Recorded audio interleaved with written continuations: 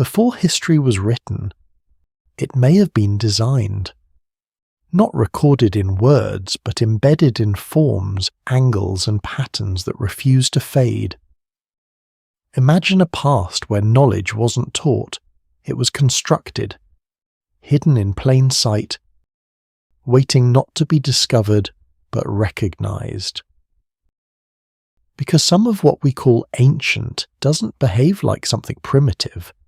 It behaves like something incomplete, like a message missing its final piece. And the unsettling part is this: the more we uncover, the less it feels like we're learning something new. And the more it feels like we're remembering something we were never supposed to forget. So the real question isn't what these remnants are, but why they still feel familiar.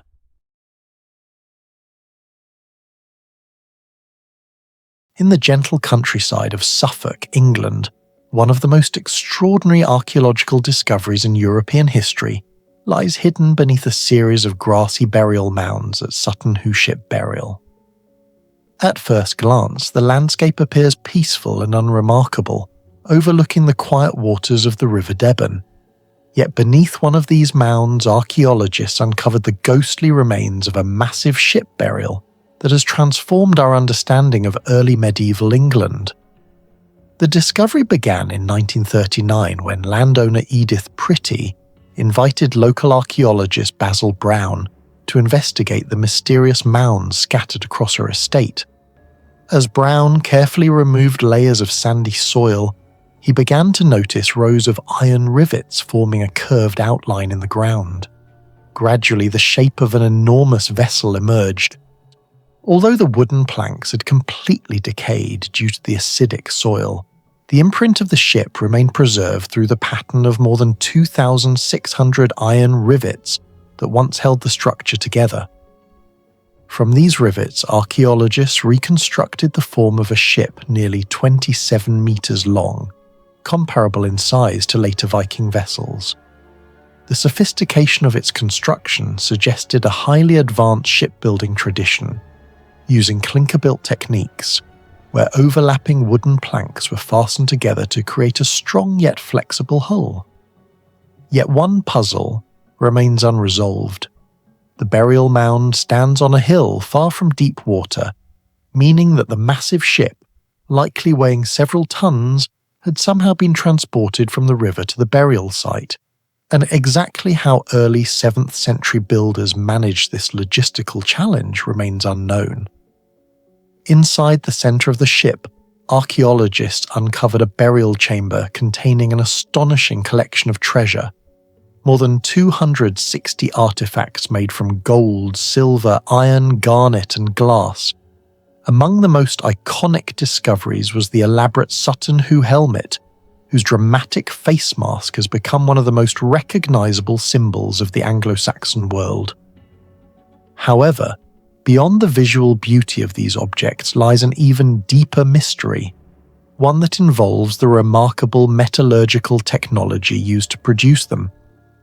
Modern scientific analysis has revealed that the craftsmen responsible for the Sutton Hoo treasures possessed an astonishing level of technical skill, are far more sophisticated than historians once believed existed in early medieval Northern Europe.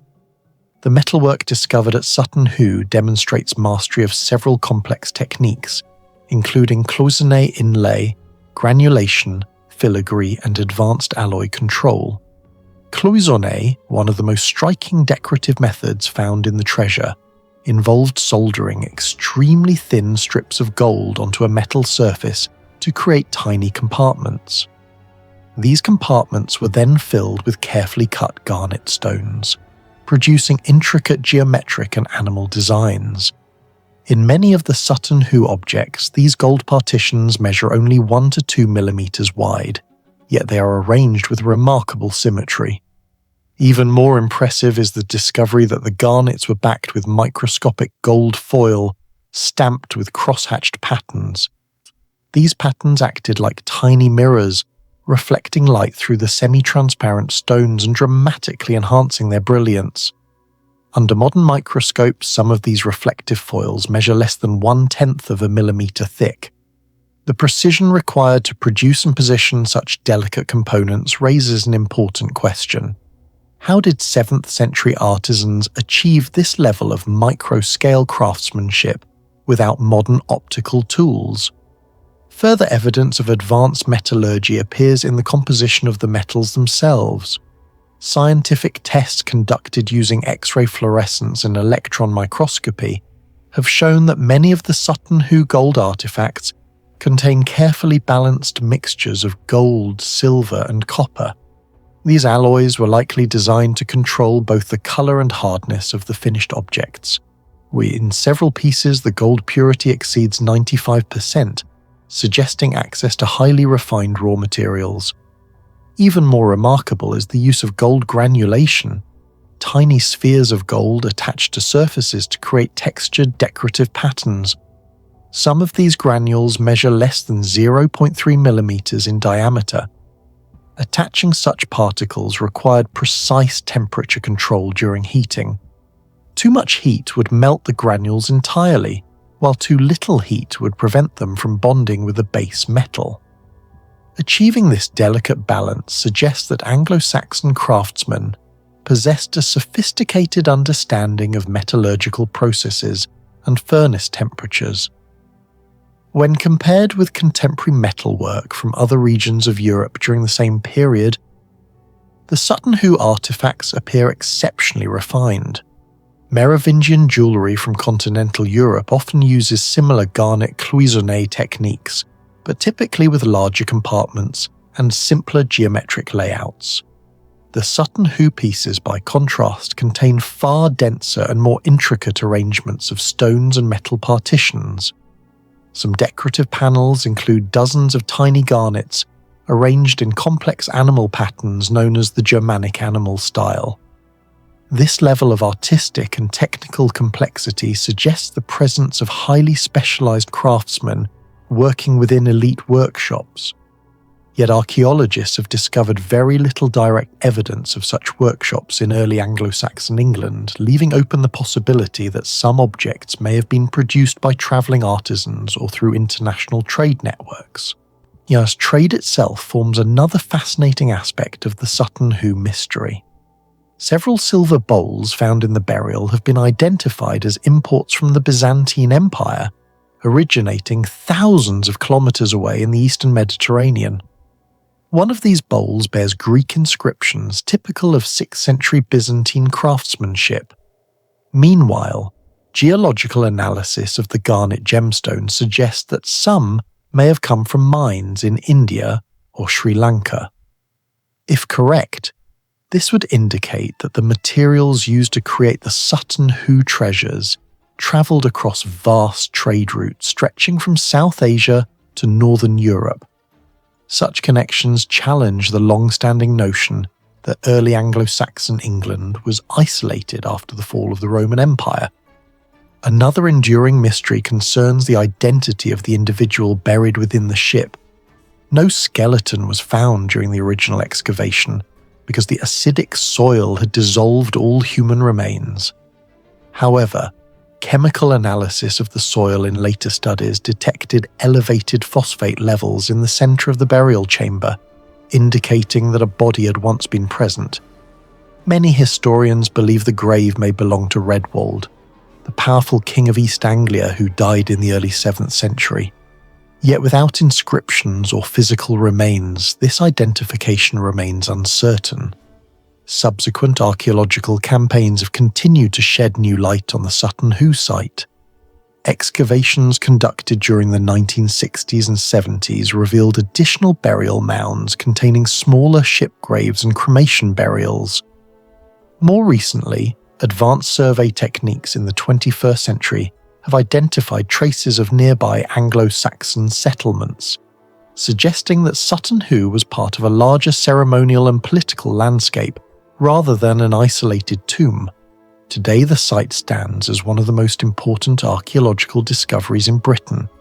Above all, the extraordinary metallurgical sophistication displayed in its treasures, microscopic gold foils, carefully controlled alloys and granules smaller than a grain of sand continues to puzzle researchers.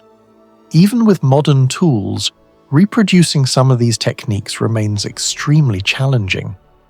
For this reason, Sutton Hoo is not only a royal burial, but also a technological mystery, hinting that the craftsmen of early Anglo-Saxon England possessed knowledge and skills far more advanced than historians once imagined.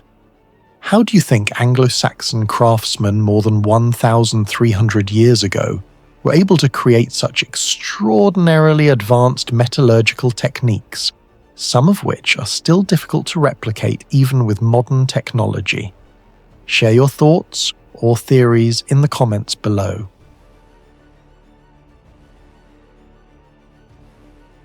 Hidden within the limestone hills of southwestern France lies one of the most remarkable artistic achievements of prehistoric humanity, Lascaux Cave. Discovered in 1940 by 4 teenagers near the village of Montignac in the Dordogne region, the cave amazed archaeologists with more than 600 paintings and nearly 1,500 engravings covering its walls and ceilings. Radiocarbon dating shows that these artworks were created about 17,000 years ago during the Upper Paleolithic period. Despite their great age, the paintings display extraordinary artistic skill, leading many researchers to call Lascaux the Sistine Chapel of prehistoric art. Huge bulls more than 5 meters long, along with horses, deer, and mysterious symbols, fill chambers such as the famous Hall of the Bulls. The realism and scale of these images reveal a level of artistic and technical ability that continues to astonish scientists and raise new questions about the knowledge of Ice Age humans. One of the most extraordinary aspects of the Lascaux paintings is the technology behind their pigments. The colours, deep reds, yellows, blacks and browns, remain vivid even after tens of thousands of years inside a humid cave environment. In modern art conservation, pigments exposed to moisture, mineral deposits, and temperature changes often degrade within a few centuries.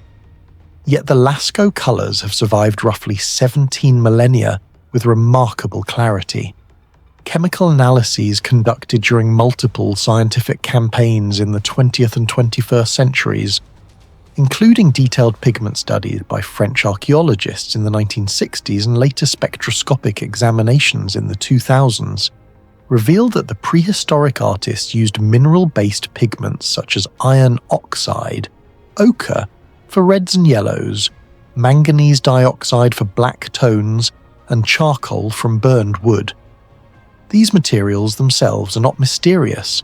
They occur naturally in many regions of Europe.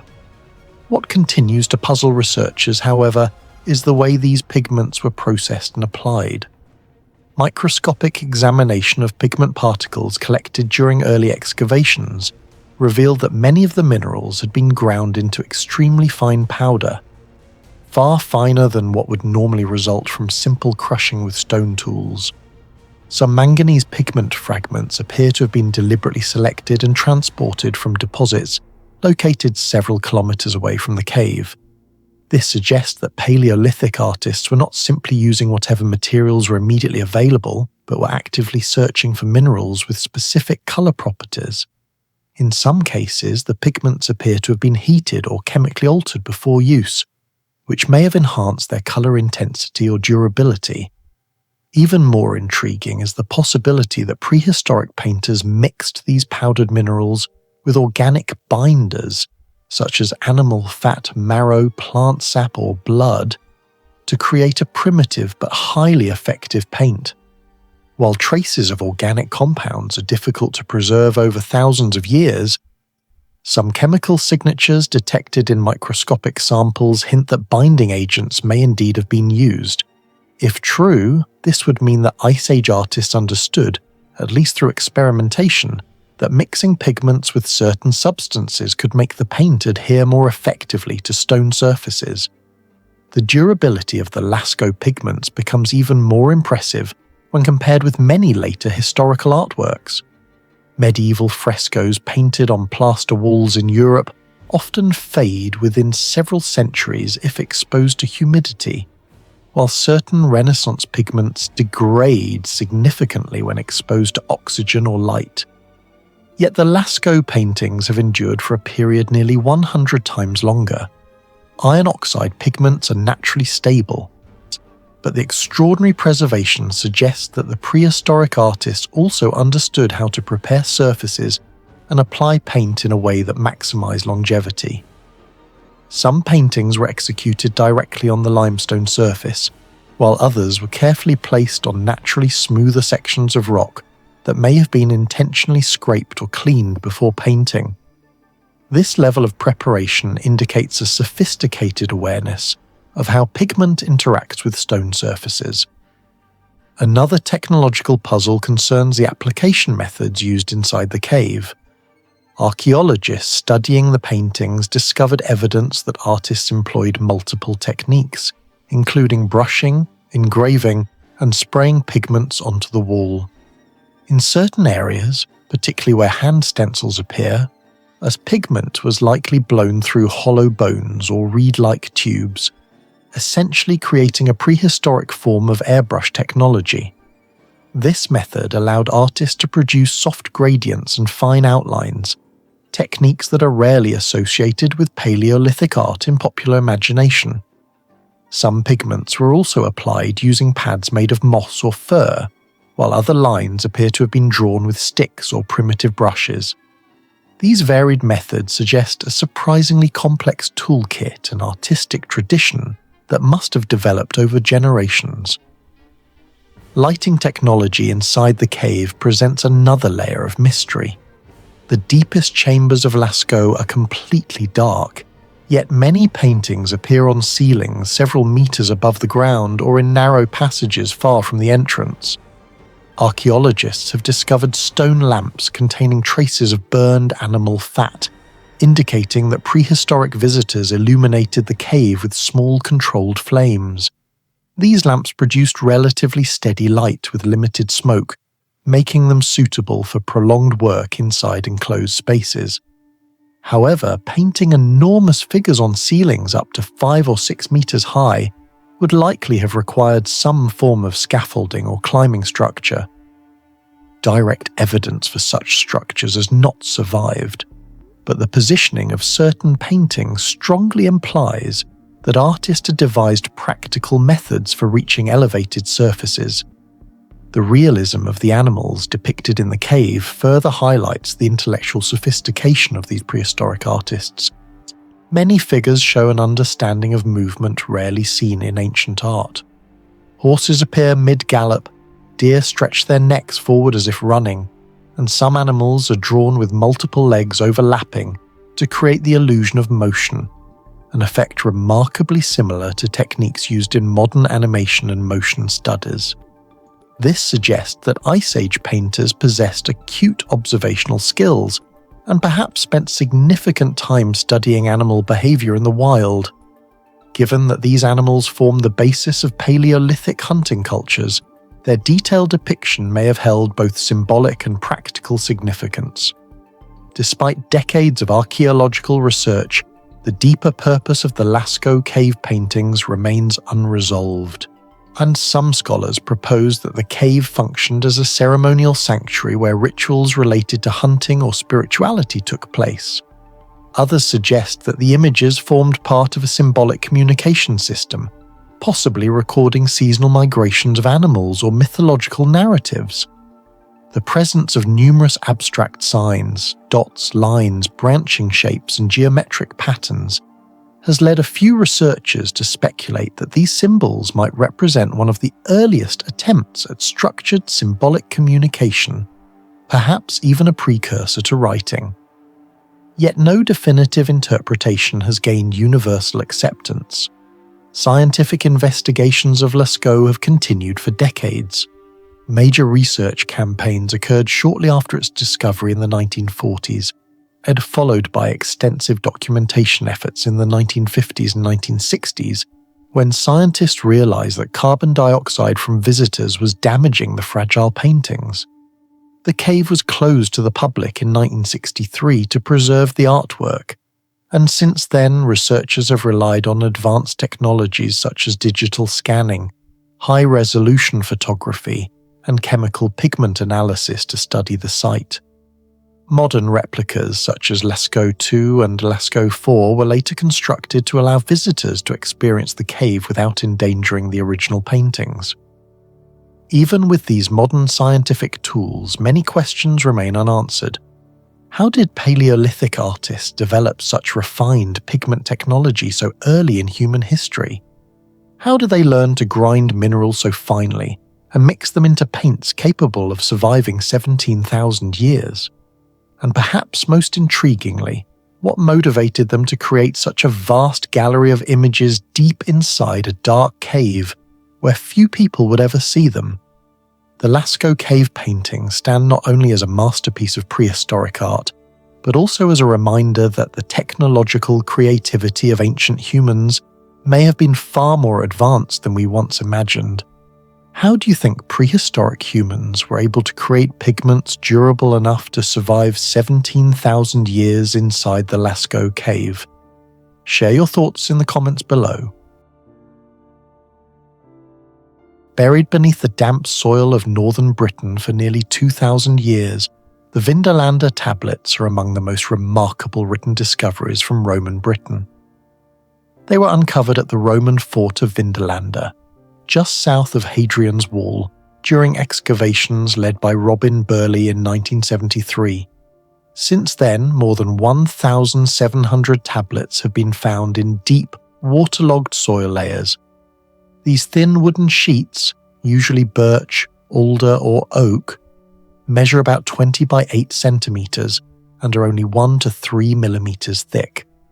Despite their fragile appearance, they preserve handwritten Latin texts from the late 1st to early 2nd century AD, including military reports, supply lists and personal letters, forming one of the richest archives of everyday Roman writing ever discovered outside Egypt. What makes the Vindolanda tablets particularly fascinating from a technological perspective is not only their survival, but the remarkable durability of the ink used to write them. Unlike the wax tablets widely used across the Roman Empire, where letters were scratched into a soft wax surface with a stylus, the Vindolanda tablets were written using liquid ink applied with a pen. Chemical analysis of the surviving writing has shown that the ink consisted primarily of finely ground carbon soot mixed with water and a binding substance such as gum arabic. At first glance, this formula appears simple, even primitive. Yet its long-term durability has puzzled scientists for decades. Carbon-based inks were known throughout antiquity and were commonly used on papyrus manuscripts, but they rarely survive for long periods when applied to organic surfaces like wood. In most climates, ink applied to wood begins fading within decades as moisture gradually breaks down the binding agents and causes the pigment to detach from the fibers. Even medieval manuscripts written on parchment, far more stable than wood, often suffer fading, cracking, or chemical deterioration after only several centuries.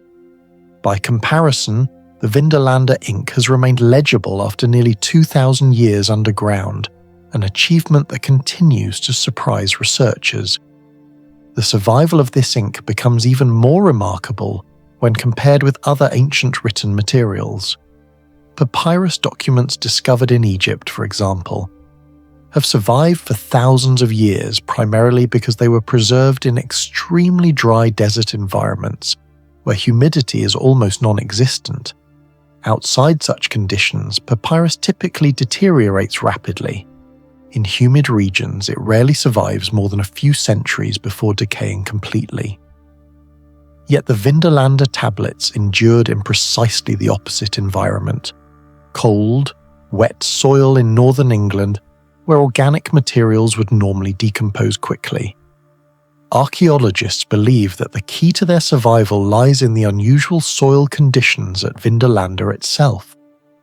The tablets were buried in thick layers of clay mixed with organic waste from the Roman settlement.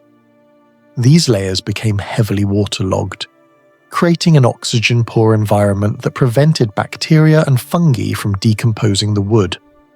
Without oxygen, the microorganisms responsible for decay could not survive, effectively sealing the tablets in a natural preservation chamber for almost 2,000 years.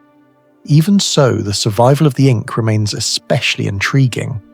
Carbon pigments are chemically stable, but maintaining their adhesion to extremely thin wooden surfaces for such a long time under wet conditions is highly unusual and difficult to replicate experimentally. Modern imaging technology has revealed just how resilient the ancient ink truly is.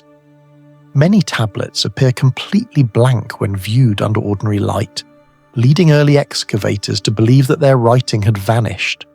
However, when researchers photographed the tablets using infrared imaging, faint traces of carbon ink suddenly become visible. Entire sentences and paragraphs emerge from surfaces that once appeared empty. This technique has dramatically increased the number of readable text from Vindolanda and continues to reveal previously hidden writing. In some cases, the ink lines remain sharp enough that scholars can observe subtle details such as the pressure applied by the pen and the speed of the writer's hand. The strokes often appear fluid and confident, suggesting that many of the scribes were experienced writers accustomed to composing letters quickly. Such clarity allows experts to study Roman handwriting styles in unprecedented detail, offering insight into literacy levels within the Roman military community. The content of the tablets provides equally remarkable insights. Among the most famous examples is a letter written by Claudia Severa, the wife of a Roman officer, inviting a friend named Sulpicia Lepidina to attend her birthday celebration. Dating from the early 2nd century AD, this tablet is widely regarded as the earliest surviving handwritten Latin document written by a woman in Europe. Other tablets record mundane but revealing details of frontier life, including requests for socks, undergarments, and cloaks during the harsh northern winters. Military supply lists mention commodities such as wheat, beer, and animal hides, while administrative documents track troop numbers and duty assignments. These records demonstrate the complexity of the logistical system that sustained Roman forces along the empire's northern boundary. Excavations at Vindolanda have continued for decades, revealing a sequence of forts built and rebuilt between the late 1st and 4th centuries AD as Roman defensive strategies evolved along the frontier. The tablets themselves were often discovered in rubbish layers beneath later building phases, suggesting that outdated documents were discarded and eventually buried in mud where they became sealed in oxygen-poor soil. Archaeologists believe many more tablets remain buried within deeper layers of the site, meaning that new texts may still emerge in future excavations. In recent years, researchers have begun using artificial intelligence to help decipher damaged handwriting, training machine learning systems to recognize patterns in ancient Latin script and reconstruct missing letters. Despite decades of study, several mysteries remain unresolved. The exact recipe used to produce the Vindolanda ink is still uncertain, as ancient Roman texts rarely provide detailed descriptions of writing materials. It is also unclear whether the ink was produced locally by scribes stationed at the fort or imported from other regions of the empire. Experimental archaeology has attempted to recreate similar carbon-based inks using soot and gum arabic, yet replicating the same durability and adhesion has proven difficult. Some researchers suspect that additional organic ingredients, possibly plant resins or animal-based binders, may have been included to improve the ink's performance on wooden surfaces. Ultimately, the Vindolanda tablets show that even on a remote Roman frontier, soldiers and administrators used surprisingly advanced writing technology. Thin wooden tablets acted like early portable paper, while durable carbon ink preserved personal letters and records with remarkable clarity. Buried in mud for nearly 2,000 years, These fragile documents carried the voices of ordinary people across time, leaving behind both a priceless historical archive and a technological mystery that still fascinates researchers today. Why do you think the seemingly simple Roman carbon ink was able to survive for nearly 2,000 years on such thin wooden tablets? Share your thoughts or theories in the comments below.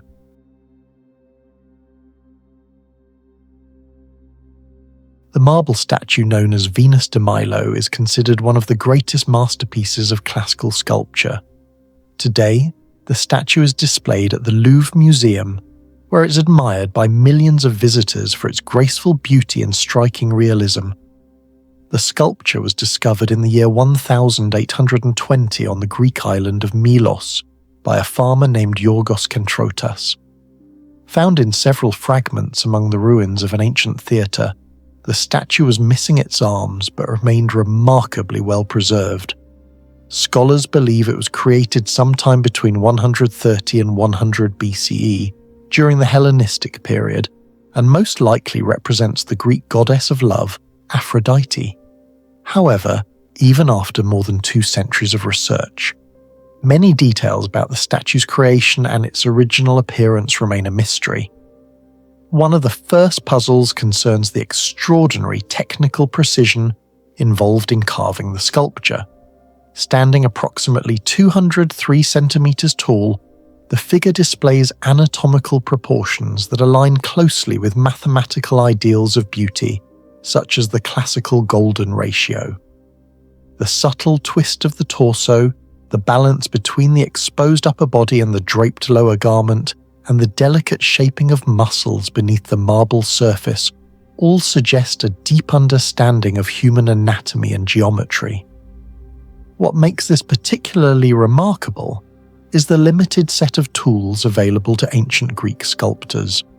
During the Hellenistic era, artisans typically worked with iron chisels, bronze tools, abrasive sand, and hand-powered drills. Yet the surface of the Venus de Milo shows an extraordinary smoothness, with almost no visible tool marks. Under modern lighting, the marble appears to reflect light in a way that subtly mimics human skin. Achieving this effect today often requires mechanical polishing equipment and specialized abrasives, raising the question of how ancient craftsmen were able to produce such refined finishes using comparatively simple technology. Some researchers believe that sculptors used progressively finer abrasives, possibly powdered emery stone mixed with water, to polish the marble to a near-mirror smoothness. But the exact process remains uncertain, because ancient workshop manuals describing these techniques have not survived. Another intriguing technical detail lies in the statue's construction. Contrary to what many visitors assume, the Venus de Milo was not carved from a single block of stone. Detailed examinations conducted during conservation work at the Louvre have shown that the statue was assembled from multiple pieces of marble, joined using carefully fitted dowels and metal pins. The primary torso was carved from a block of fine Parian marble, one of the most prized materials of the ancient Greek world, quarried from the island of Paros and known for its luminous quality.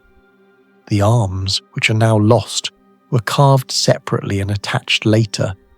Even today, the joints where these pieces once connected are almost invisible.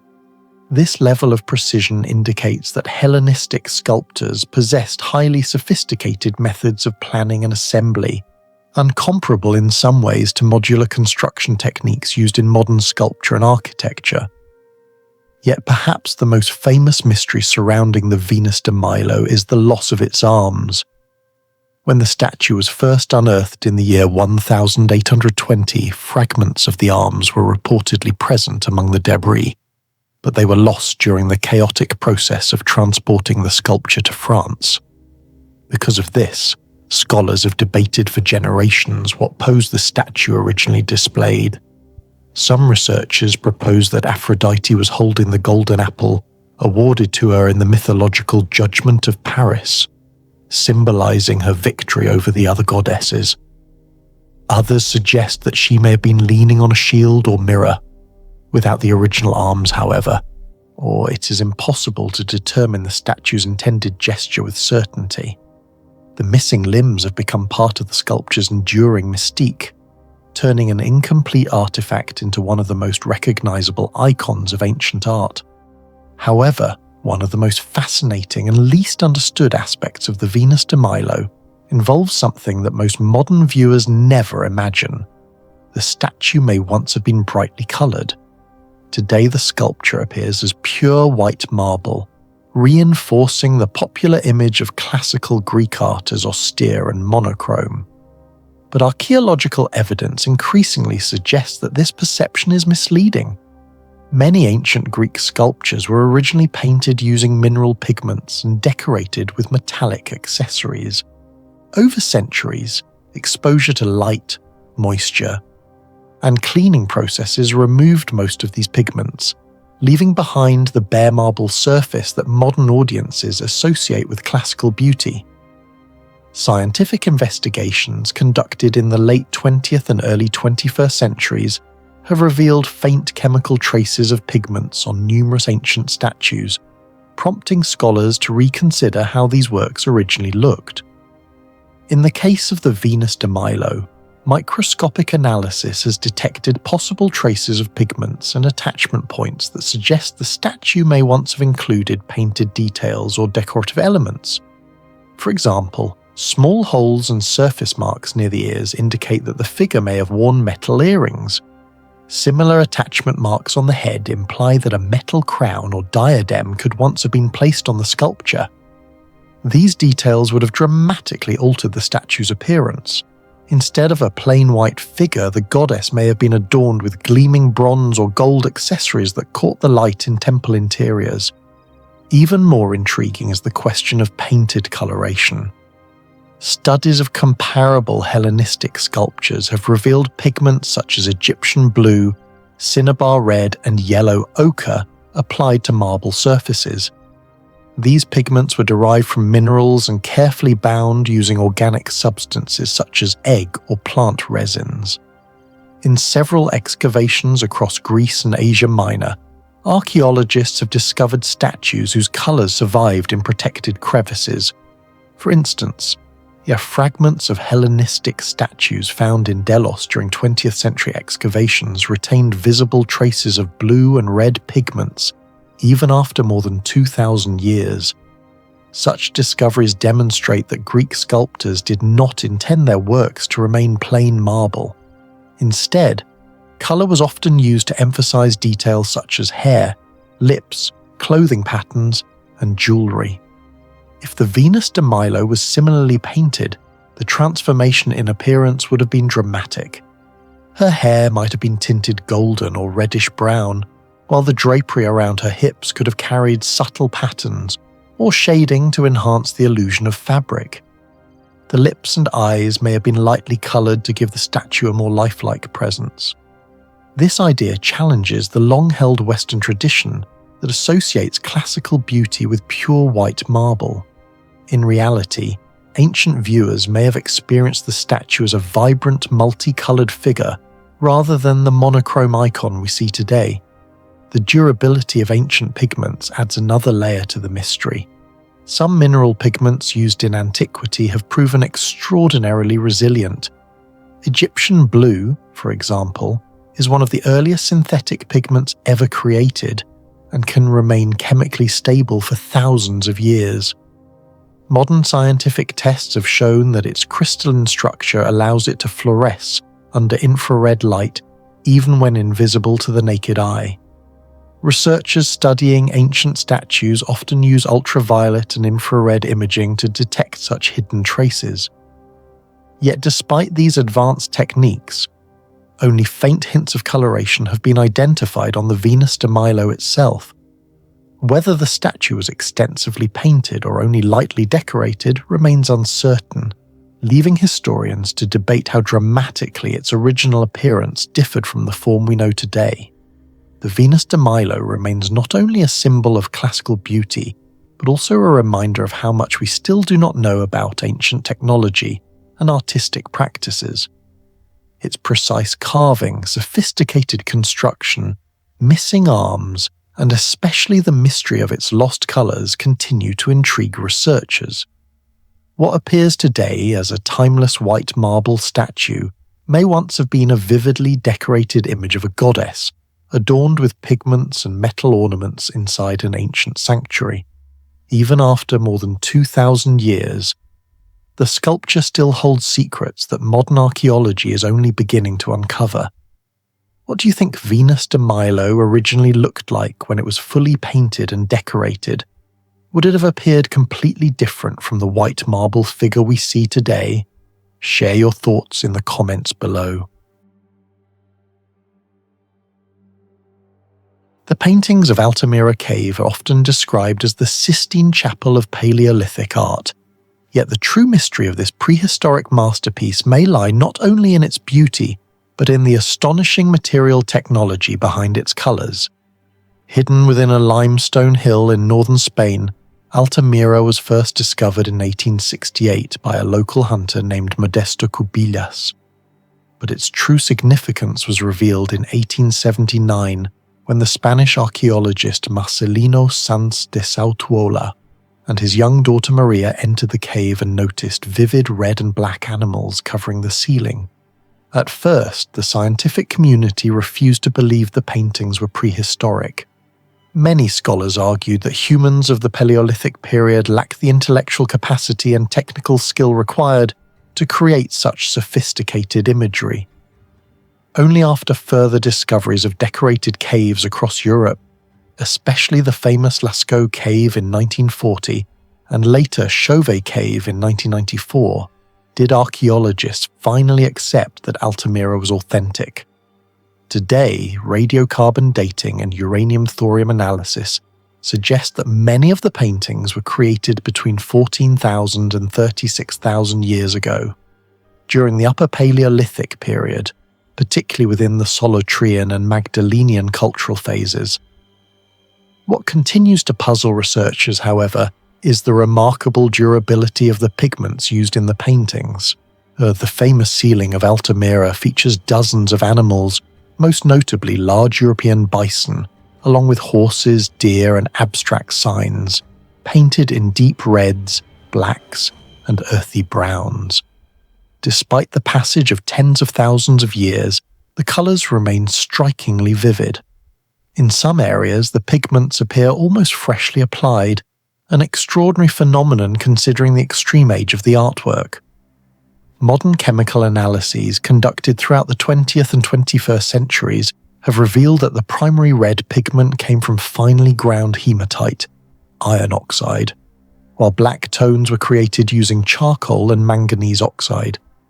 These mineral pigments themselves are relatively stable, but minerals alone do not explain the exceptional preservation. Archaeologists believe Paleolithic artists mixed the powdered pigments with organic binders such as animal fat, marrow, blood, or plant resins, forming a primitive but effective paint. Yet the exact composition of this mixture remains uncertain. Experiments attempting to recreate the paint have shown that while similar colours can be produced, replicating the long-term stability observed at Altamira is surprisingly difficult, suggesting that prehistoric artists may have possessed a deeper empirical understanding of natural materials than previously assumed. Excavations and scientific studies carried out throughout the 20th century have repeatedly reinforced this mystery. During investigations in the 1920s and 1930s, archaeologists uncovered stone tools, pigment fragments, and evidence of hearths within the cave, indicating that artists prepared their materials on site. Later microscopic studies revealed that the pigments were often carefully ground into extremely fine particles, sometimes smaller than those used in many historical paints thousands of years later. Even more intriguing is the way the colours were layered.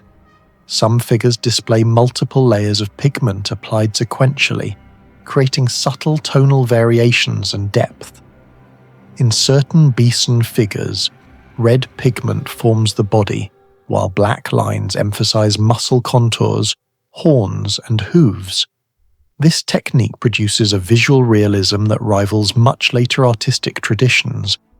When illuminated by flickering firelight, the animals seem almost alive, their bodies appearing to move across the curved ceiling. Another remarkable feature of the paintings is the deliberate use of the cave's natural rock formations. The artists did not simply paint onto flat surfaces. Instead, they carefully selected areas where the limestone ceiling naturally bulged or curved. These shapes were incorporated into the artwork, forming the rounded backs or shoulders of animals. The result is a subtle three-dimensional illusion, as if the animals are emerging from the stone itself. This level of visual planning suggests not only artistic talent, but also advanced spatial awareness, something rarely associated with prehistoric hunter-gatherer societies. Some researchers have compared this technique to the sculptural painting methods seen in later civilizations such as classical frescoes or Renaissance relief effects. Yet Altamira predates these traditions by tens of thousands of years. Lighting within the cave presents another technical puzzle. The painted chamber lies deep within the cave system, where natural sunlight never reaches. To work on the ceiling, artists must have relied on stone lamps filled with animal fat, or torches made from resinous wood. Archaeological excavations have uncovered limestone lamps with traces of burned fat, confirming that such lighting technology existed. Experimental archaeology has shown that these lamps produce a relatively steady flame with little smoke, making them suitable for underground work. Even so, painting complex multicolored figures several meters above the ground in dim, flickering light would have been extremely challenging, and this raises the possibility that artists may have used temporary scaffolding or stone platforms, although clear evidence for such structures is yet to be found. Comparisons with other decorated caves highlight just how extraordinary Altamira truly is. While sites such as Lascaux Cave and Chauvet Cave also contain impressive animal imagery, Altamira's polychrome painting technique, the use of multiple colours blended together, remains one of the earliest known examples of such artistic complexity. In fact, some archaeologists argue that the pigment technology of Altamira rivals, or even surpasses that of certain early historic civilizations. For example, many ancient wall paintings from Egypt or Mesopotamia, created only a few thousand years ago, have suffered significant fading or deterioration, while Altamira's colours have survived far longer under natural cave conditions. This contrast raises an intriguing possibility. The prehistoric artists may have unknowingly developed one of the most stable paint technologies in human history. Perhaps the greatest mystery of Altamira Cave is not only the chemistry of its pigments, but the extraordinary intelligence they reveal. The people who created these paintings lived in small nomadic groups without writing, cities, or metal tools. Yet deep inside a dark cave, they produced artworks requiring knowledge of mineral pigments, organic binders, lighting technology, and sophisticated visual composition. Whether these images were part of hunting rituals, spiritual ceremonies, or early storytelling remains unknown. Even today, more than a century after the cave's discovery, the secret behind the remarkably durable prehistoric paint that has survived for over 30,000 years remains one of archaeology's most intriguing mysteries. In your opinion, how are prehistoric humans more than 30,000 years ago able to create pigments so durable that they have survived almost unchanged until today?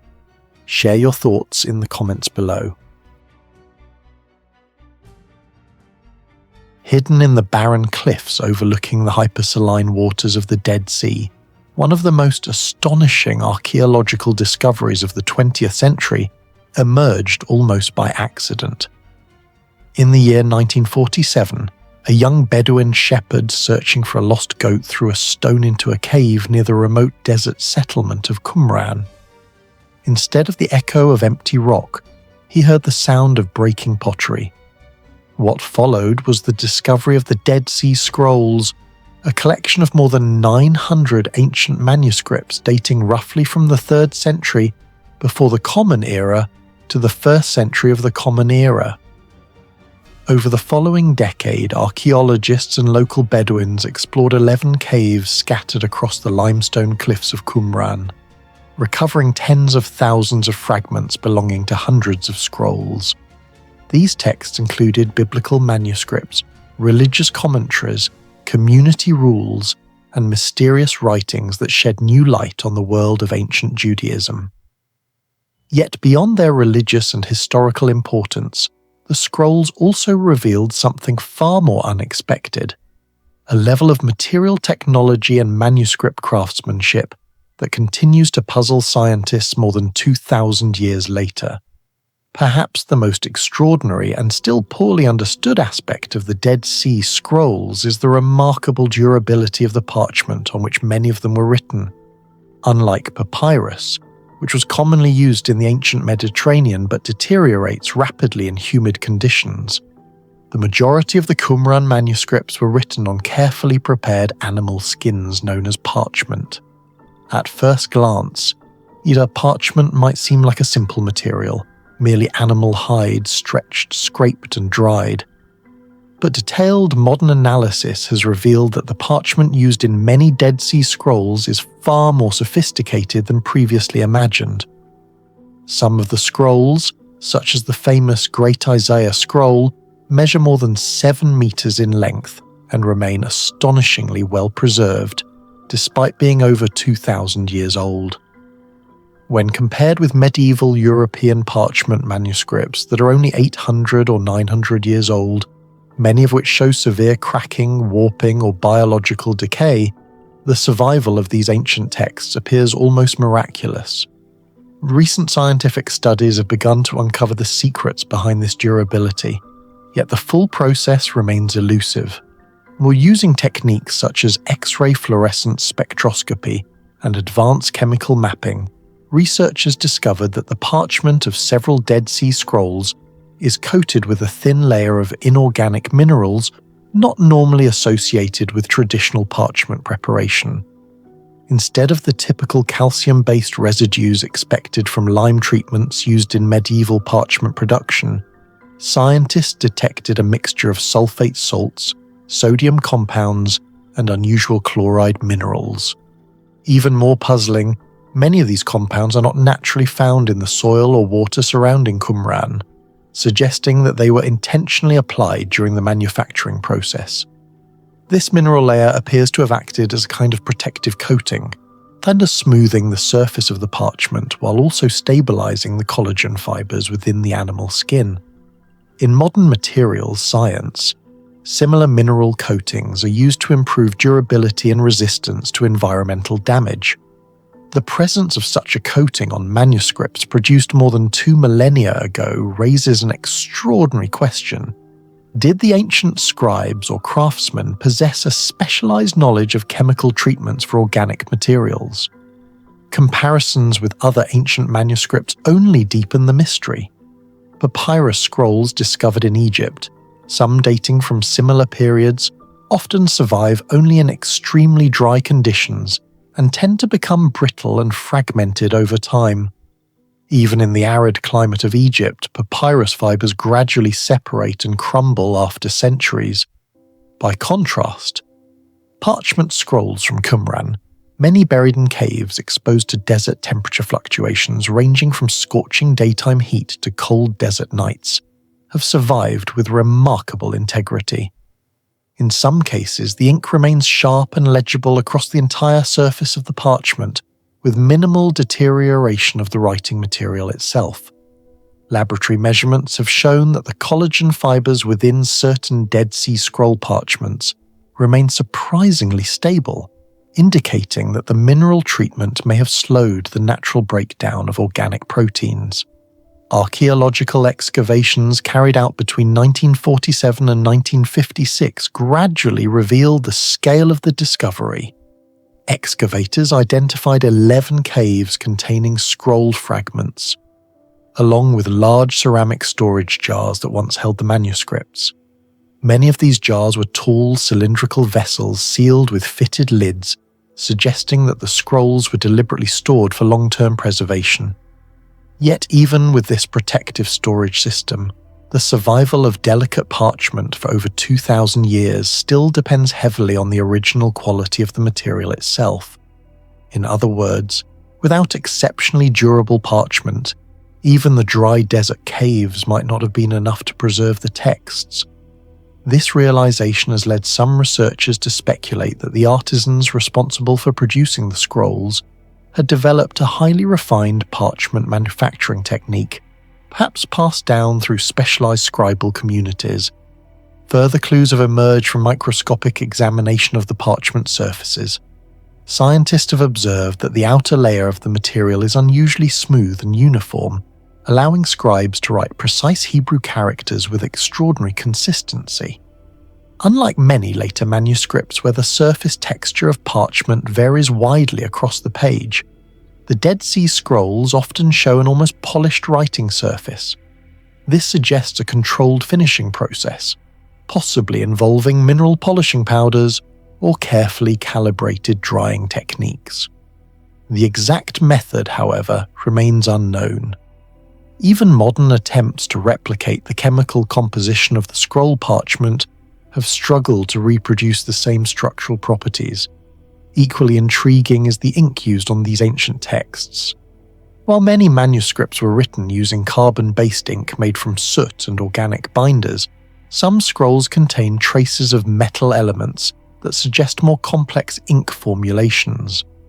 Despite this, the ink has remained remarkably stable and has not corroded the parchment surface, a problem that plagued many later iron gall inks used throughout medieval Europe.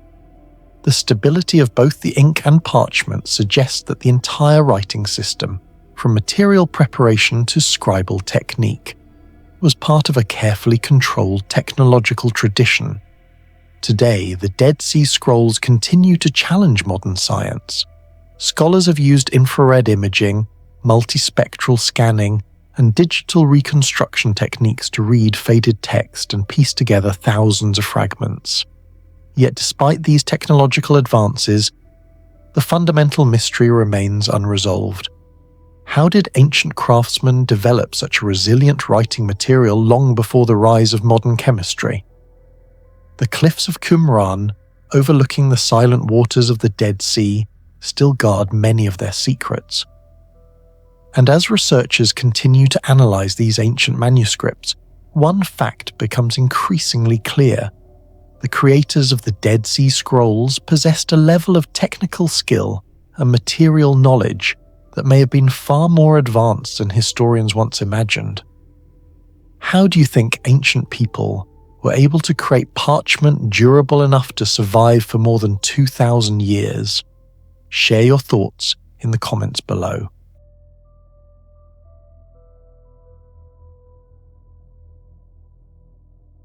Among the many surviving artifacts of the Roman Empire, few objects challenge our understanding of ancient technology as dramatically as the Lycurgus cup, a remarkable glass vessel believed to have been crafted during the 4th century CE.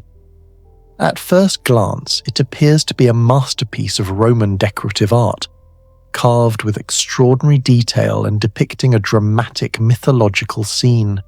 Yet beneath its beauty lies a technological mystery that has fascinated scientists, archaeologists, and historians for decades. Today the cup is preserved in the British Museum in London, where it continues to puzzle researchers because of a unique optical phenomenon that seems almost impossible for ancient craftsmen to have intentionally created. When illuminated from the front, the cup appears a rich jade green.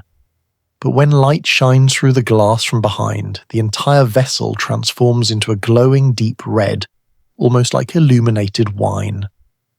This remarkable effect, known as dichroic glass, occurs when materials interact with light in complex ways, allowing certain wavelengths to pass through while reflecting others. For centuries, the mechanism behind this transformation remained unexplained, and many scholars initially assumed it must have been the accidental result of impurities in the glass.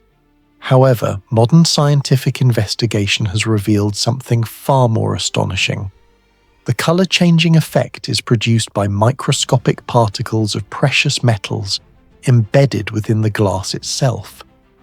The cup takes its name from the mythological scene carved into its surface, which shows the punishment of King Lycurgus of Thrace. According to Greek mythology, Lycurgus attacked Dionysus, the god of wine, and the gods retaliated by trapping him in vines that slowly imprisoned him. Roman glass artisans carved this dramatic moment into the vessel in a style so detailed that the figures seem almost sculptural, emerging from the glass in high relief. Technically, the object belongs to an extremely rare class of Roman luxury glass known as a cage cup, or diatretum. In these vessels, the outer decorative lattice is carved directly from the same piece of glass as the inner cup, creating a delicate open framework surrounding the vessel like a floating cage. This technique required extraordinary skill because the entire structure had to be cut from a single block of glass without breaking the fragile connections between the inner and outer layers. Archaeological discoveries suggest that fewer than 50 such cage cups have survived from the Roman world, many discovered in elite burial contexts from the 3rd and 4th centuries CE in regions such as Cologne along the Rhine frontier and parts of northern Italy. However, the Lycurgus cup is the only known example that combines this rare carving technique with the mysterious colour-changing glass. The most extraordinary feature of the Lycurgus cup, however, lies in the astonishing sophistication of the glass manufacturing process itself. For many years, scholars assumed that Roman artisans could not possibly have controlled the microscopic structure of glass in such a precise way. Yet detailed scientific analysis conducted in 1990 by researchers at IBM and Cambridge University revealed that the glass contains extremely small particles of gold and silver, measuring roughly 50 to 100 nanometers in diameter. To understand just how small this is, a single human hair is roughly 70,000 nanometers wide, meaning these particles are about 1,000 times smaller than the thickness of a hair. At this nanoscale level, metals interact with the light in unusual ways, scattering some wavelengths while absorbing others. This interaction causes the glass to appear green when light reflects from the surface, and red when light passes through it. In modern materials science, this phenomenon is studied under the field of nanoplasmonics, a branch of nanotechnology that only emerged in the late 20th century. Yet Roman artisans managed to create this effect nearly 16 centuries earlier. What makes this discovery even more astonishing is the extreme precision required to produce the effect. Chemical analysis of the glass shows that the concentration of metals is incredibly small, yet carefully balanced. Roughly 0.01% gold and 0.02% silver dispersed throughout the glass matrix. If the proportions were even slightly different, the optical effect would disappear entirely. Modern laboratories attempting to recreate dichroic glass must control furnace temperatures, metal concentrations, and cooling conditions with sophisticated equipment. Even today, it can be difficult to achieve a perfectly uniform distribution of nanoparticles throughout molten glass. Yet Roman glassmakers, working with furnaces heated by wood or charcoal and relying entirely on manual techniques, somehow produced a material whose microscopic structure behaves like a modern engineered optical system. Some researchers believe this effect may have been discovered accidentally when metal contaminants entered the glass mixture. However, the even distribution of particles throughout the Lycurgus cup suggests a surprising level of control during the melting and cooling process. The artisans who created it may not have understood nanotechnology in a theoretical sense, but their craftsmanship achieved a result remarkably similar to modern nanoscale engineering. Archaeological evidence indicates that Roman glassmakers possessed highly advanced knowledge of their craft.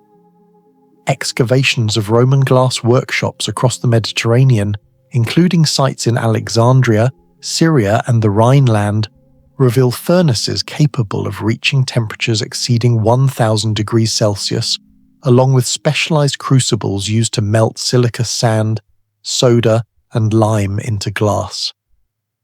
By the 1st century CE, the Romans had already revolutionized glass production through the invention of glass blowing, allowing vessels to be produced faster and in greater numbers than ever before. Yet luxury pieces such as cage cups required an entirely different level of skill, involving careful carving and polishing long after the glass had cooled. The Lycurgus cup therefore represents a fusion of multiple advanced techniques: sophisticated glass chemistry, precise sculptural carving, and optical properties that rival modern engineered materials. The history of the artifact itself adds another layer of mystery. Although its exact discovery location remains uncertain, historical records suggest that the cup appeared in a private European collection during the 19th century before eventually being acquired by the British Museum in 1958, with assistance from the Art Fund and the Victoria and Albert Museum.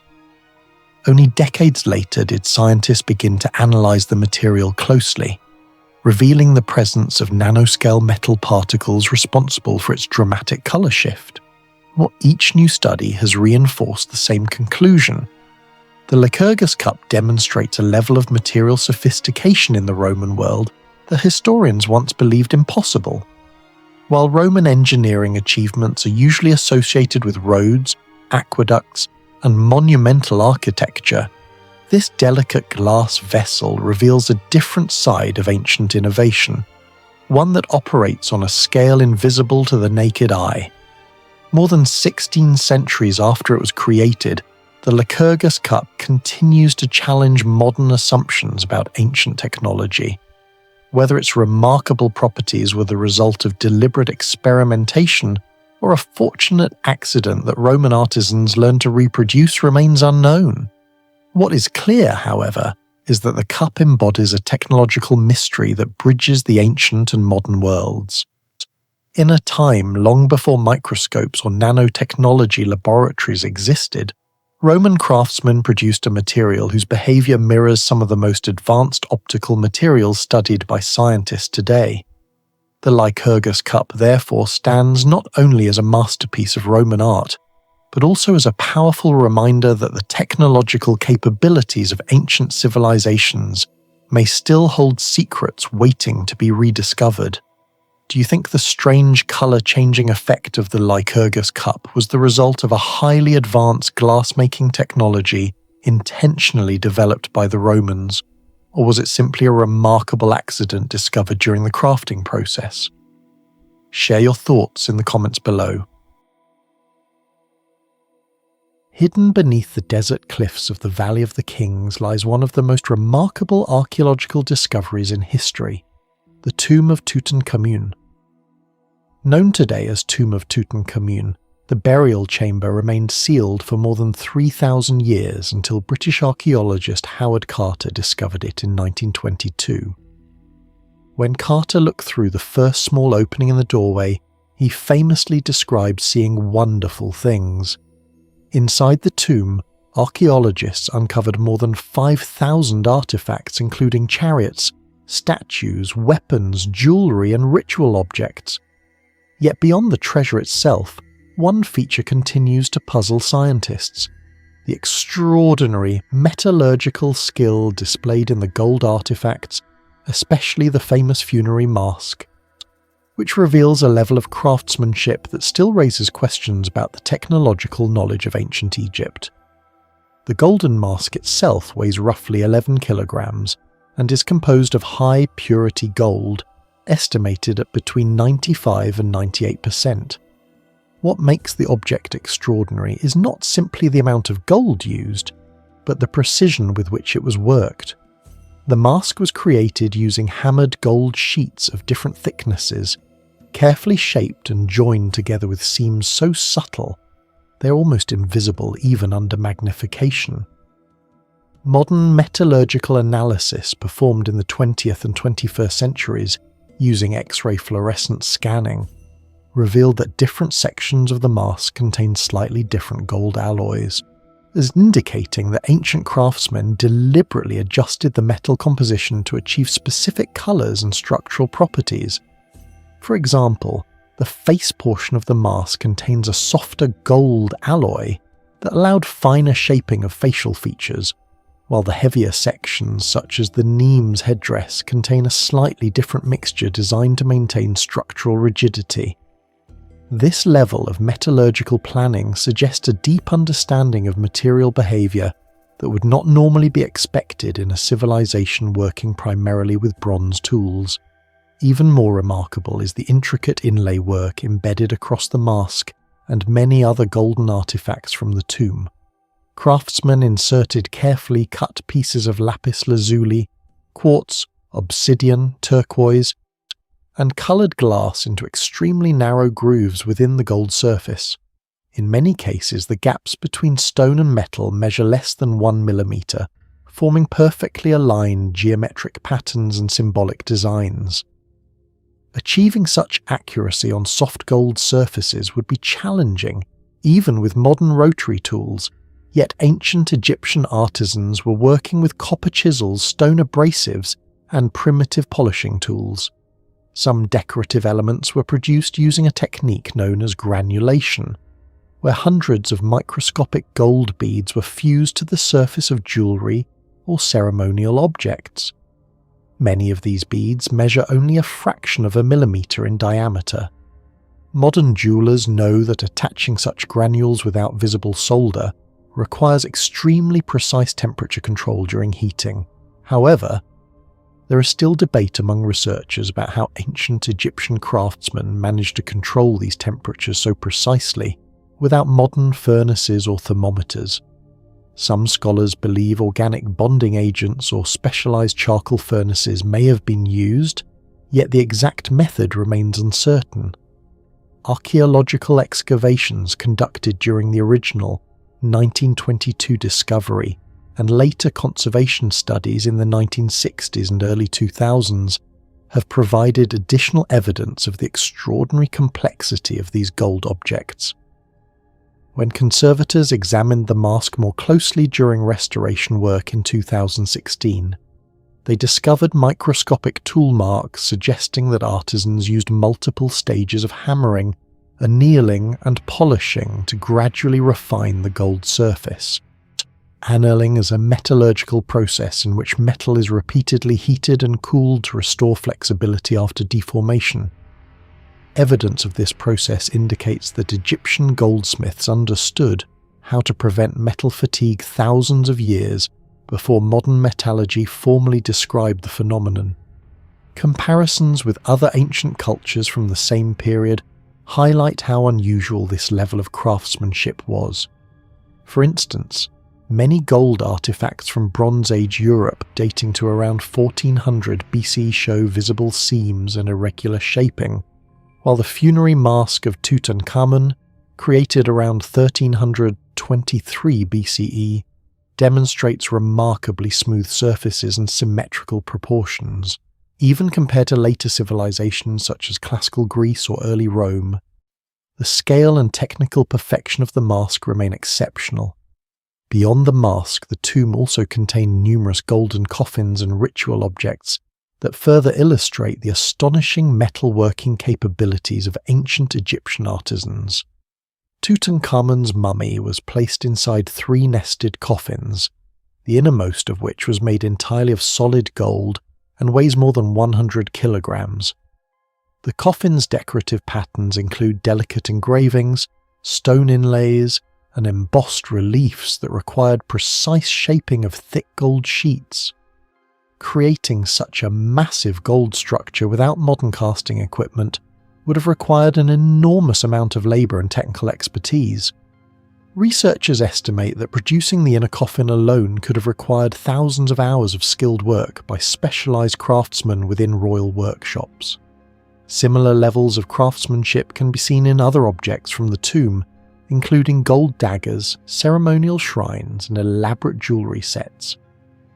One particularly famous dagger discovered within the wrappings of the mummy features a blade made of meteoritic iron, suggesting that Egyptian artisans were capable of working extremely rare materials long before the widespread adoption of iron metallurgy. Despite decades of research, many questions about the production of these objects remain unanswered. Scholars continue to debate how royal workshops organise such complex manufacturing processes, how craftsmen achieved such precise temperature control when working gold, and how large quantities of high-purity gold were refined and transported across ancient Egypt. Some studies suggest that gold used in the mask and other artefacts may have originated from Nubian mines, located hundreds of kilometres south of Egypt, indicating the existence of large-scale mining operations and long-distance trade networks. Additional mysteries surround the tomb itself. Unlike many other royal burials in the Valley of the Kings, Tutankhamun's tomb is relatively small, leading some archaeologists to suspect it may have originally been intended for another royal figure before being hastily adapted, following the young king's sudden death at around 19 years of age. Modern radar scans conducted between 2015 and 2020 have even suggested the possibility of hidden chambers behind the tomb walls, potentially connected to other members of the royal family such as Nefertiti, although these findings remain controversial. The tomb of Tutankhamun remains extraordinary because it is one of the very few royal burials in Egypt discovered almost completely intact. While most other tombs in the Valley of the Kings were looted in antiquity, the treasures inside this tomb provide a rare glimpse into the technical skill of Egyptian craftsmen during the 18th dynasty. More than 3,300 years after the young pharaoh was buried, modern scientists continue to study these artifacts using advanced analytical technologies. Yet the remarkable precision of the gold craftsmanship found in the tomb still raises a major question. How were ancient artisans, working only with copper and stone tools, able to achieve a level of metallurgical sophistication comparable to the finest goldsmiths of today? How do you think ancient Egyptian craftsmen were able to create gold artifacts with such near-perfect precision in the tomb of Tutankhamun, even though they only had tools made of copper and stone? Share your thoughts or theories in the comments below. The Mask of Agamemnon, discovered in the ancient citadel of Mycenae, remains one of the most iconic and enigmatic artifacts from the Mycenaean civilization. Unearthed in 1876 by the German archaeologist Heinrich Schliemann, the mask was found within the royal burial complex known as Grave Circle A, a group of shaft graves dating to around the 16th century BCE. When Schliemann lifted the thin sheet of gold from the burial chamber, he famously declared that he had gazed upon the face of Agamemnon, the legendary ruler described in the Iliad. Modern archaeology later demonstrated that the mask predates the supposed era of Agamemnon by several centuries, yet the discovery transformed our understanding of Mycenaean wealth, craftsmanship and technological capability during the Late Bronze Age. Even today, more than 3,500 years after it was crafted, the artifact continues to raise profound questions about ancient metalworking knowledge, particularly the remarkably advanced gold metallurgy that appears far ahead of what historians once assumed possible for the period. The mask itself is made from a single sheet of hammered gold, carefully shaped to depict the stylized features of a bearded man: closed eyes, a prominent nose, curved ears, and a carefully formed moustache and beard. The sheet is astonishingly thin, often estimated between roughly 0.5 millimeter and 1 millimeter thick, yet it retains structural stability across the entire face. This delicate sheet was shaped using the repoussé technique, in which metal is hammered from the reverse side to create raised details on the front. While repoussé was known in various ancient cultures, the precision achieved in this mask is extraordinary. The facial features are symmetrical and carefully proportioned, suggesting that the craftsman possessed not only artistic skill, but also an intuitive understanding of human anatomy. Yet the true mystery lies deeper than the artistic design. It lies in the underlying metallurgy that made such work possible. Archaeological excavations at Mycenae revealed that the mask was not an isolated object. During Schliemann's excavations in 1876, and later investigations conducted by Greek archaeologists such as Christos Tsountas in the late 19th century and subsequent excavations throughout the 20th century, researchers uncovered hundreds of gold artifacts within the royal shaft graves. These included cups, diadems, jewellery, decorative plaques, and several additional funerary masks. In total, more than 15 kilograms of gold artifacts were recovered from the graves of Grave Circle A alone. For a society existing around 1600 BCE, this concentration of precious metal is staggering. It demonstrates that the Mycenaeans had access not only to abundant gold supplies, but also to sophisticated methods of refining and working the metal. Modern metallurgical analyses of Mycenaean gold objects indicate that the gold used in the Mask of Agamemnon is remarkably pure, often exceeding 90% gold content with only minor traces of silver or copper. Achieving this level of purity in antiquity would have required careful refining processes. Although ancient civilizations did possess primitive methods of separating gold from ore, such as washing placer deposits from river sediments or heating ore to separate impurities, the consistency observed in Mycenaean artifacts suggests a surprisingly controlled metallurgical practice.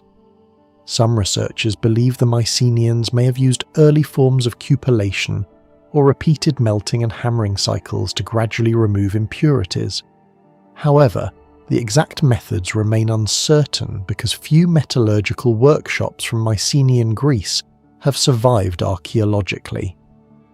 The technological challenge becomes even more impressive when one considers the physical properties of gold.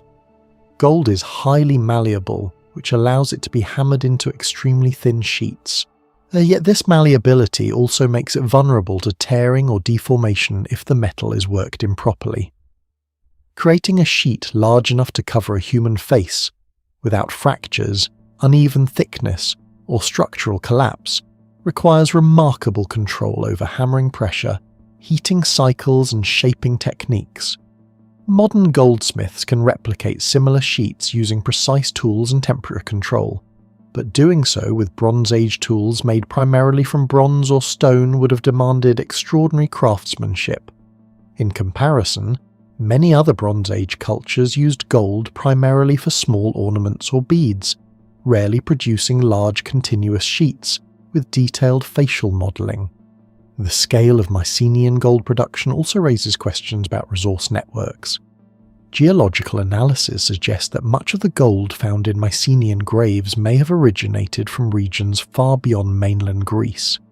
Potential sources include river deposits in Anatolia, mineral regions in the Balkans, and possibly trade routes extending toward Egypt or the Near East. If these connections are correct, the Mask of Agamemnon becomes more than an isolated artifact. It becomes evidence of a far-reaching trade network spanning the eastern Mediterranean during the late Bronze Age. The Mycenaeans may have acquired raw gold through diplomatic exchanges, warfare, or long-distance commerce, then transformed it locally using highly skilled metalworking techniques.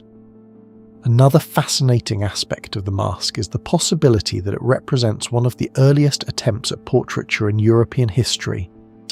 Unlike other Mycenaean masks, which tend to have simpler and more generalized facial features, the Mask of Agamemnon possesses distinctive stylistic elements, particularly the carefully shaped beard and moustache. Some scholars argue that the mask might represent an idealized ruler rather than an exact likeness, while others speculate that the craftsman may have attempted to capture the facial features of a specific individual. If the latter is true, it would suggest that Mycenaean artisans had developed methods for shaping metal around a model, perhaps using wooden forms or clay moulds. though no such moulds have yet been discovered in archaeological excavations. Subsequent archaeological campaigns at Mycenae throughout the 20th century have deepened the mystery rather than resolving it. Excavations conducted in the 1950s and 1960s revealed additional evidence of elite burials, monumental architecture, and advanced craftsmanship within the citadel. The wealth concentrated in these tombs suggests that Mycenae was not merely a local settlement, but a powerful political centre controlling regional trade routes. Within this context, the gold mask may have served as both a funerary object and a symbol of royal authority, placed over the face of a deceased elite to preserve identity or convey status in the afterlife. Comparisons with other ancient civilizations highlight just how advanced Mycenaean metallurgy may have been. In Egypt, for example, goldworking flourished during the New Kingdom, producing elaborate funerary masks such as the famous Mask of Tutankhamun around 1300 BCE. Yet the Mask of Agamemnon predates that masterpiece by several centuries. Similarly, gold objects from Mesopotamia and Anatolia during the same era tend to emphasize jewelry and ceremonial vessels rather than life-size facial coverings. The Mycenaean mask therefore stands out as a unique combination of metallurgy, artistic design, and funerary ritual. Despite more than a century of research, many aspects of the mask remain unexplained. Archaeologists still debate how Mycenaean craftsmen produced such uniform gold sheets, what tools they used to shape the detailed facial features, and whether specialized workshops existed within the citadel. Even the identity of the individual buried beneath the mask remains unknown. Today, the Mask of Agamemnon is displayed in the National Archaeological Museum of Athens, where it continues to fascinate scholars and visitors alike. More than 3,000 years later, it stands not only as a symbol of royal burial, but also as powerful evidence that ancient Mycenaean artisans possessed remarkably advanced knowledge of gold metallurgy. How do you think the Mycenaeans were able to create such a thin and incredibly precise sheet of gold more than 3,000 years ago? Share your thoughts or theories in the comments below. The Rosetta Stone is often described as the key that unlocked the lost language of ancient Egypt. Yet beyond its famous role in deciphering hieroglyphs, the stone itself remains one of the most intriguing technological artifacts from the ancient world. Discovered in 1799 by the French officer Pierre-François Bouchard near the Egyptian town of Rosetta during the military expedition of Napoleon Bonaparte, the dark slab of granodiorite dates back to 196 BCE, during the reign of Ptolemy V. At first glance, it appears to be a relatively simple decree carved into stone, but closer inspection reveals something far more remarkable.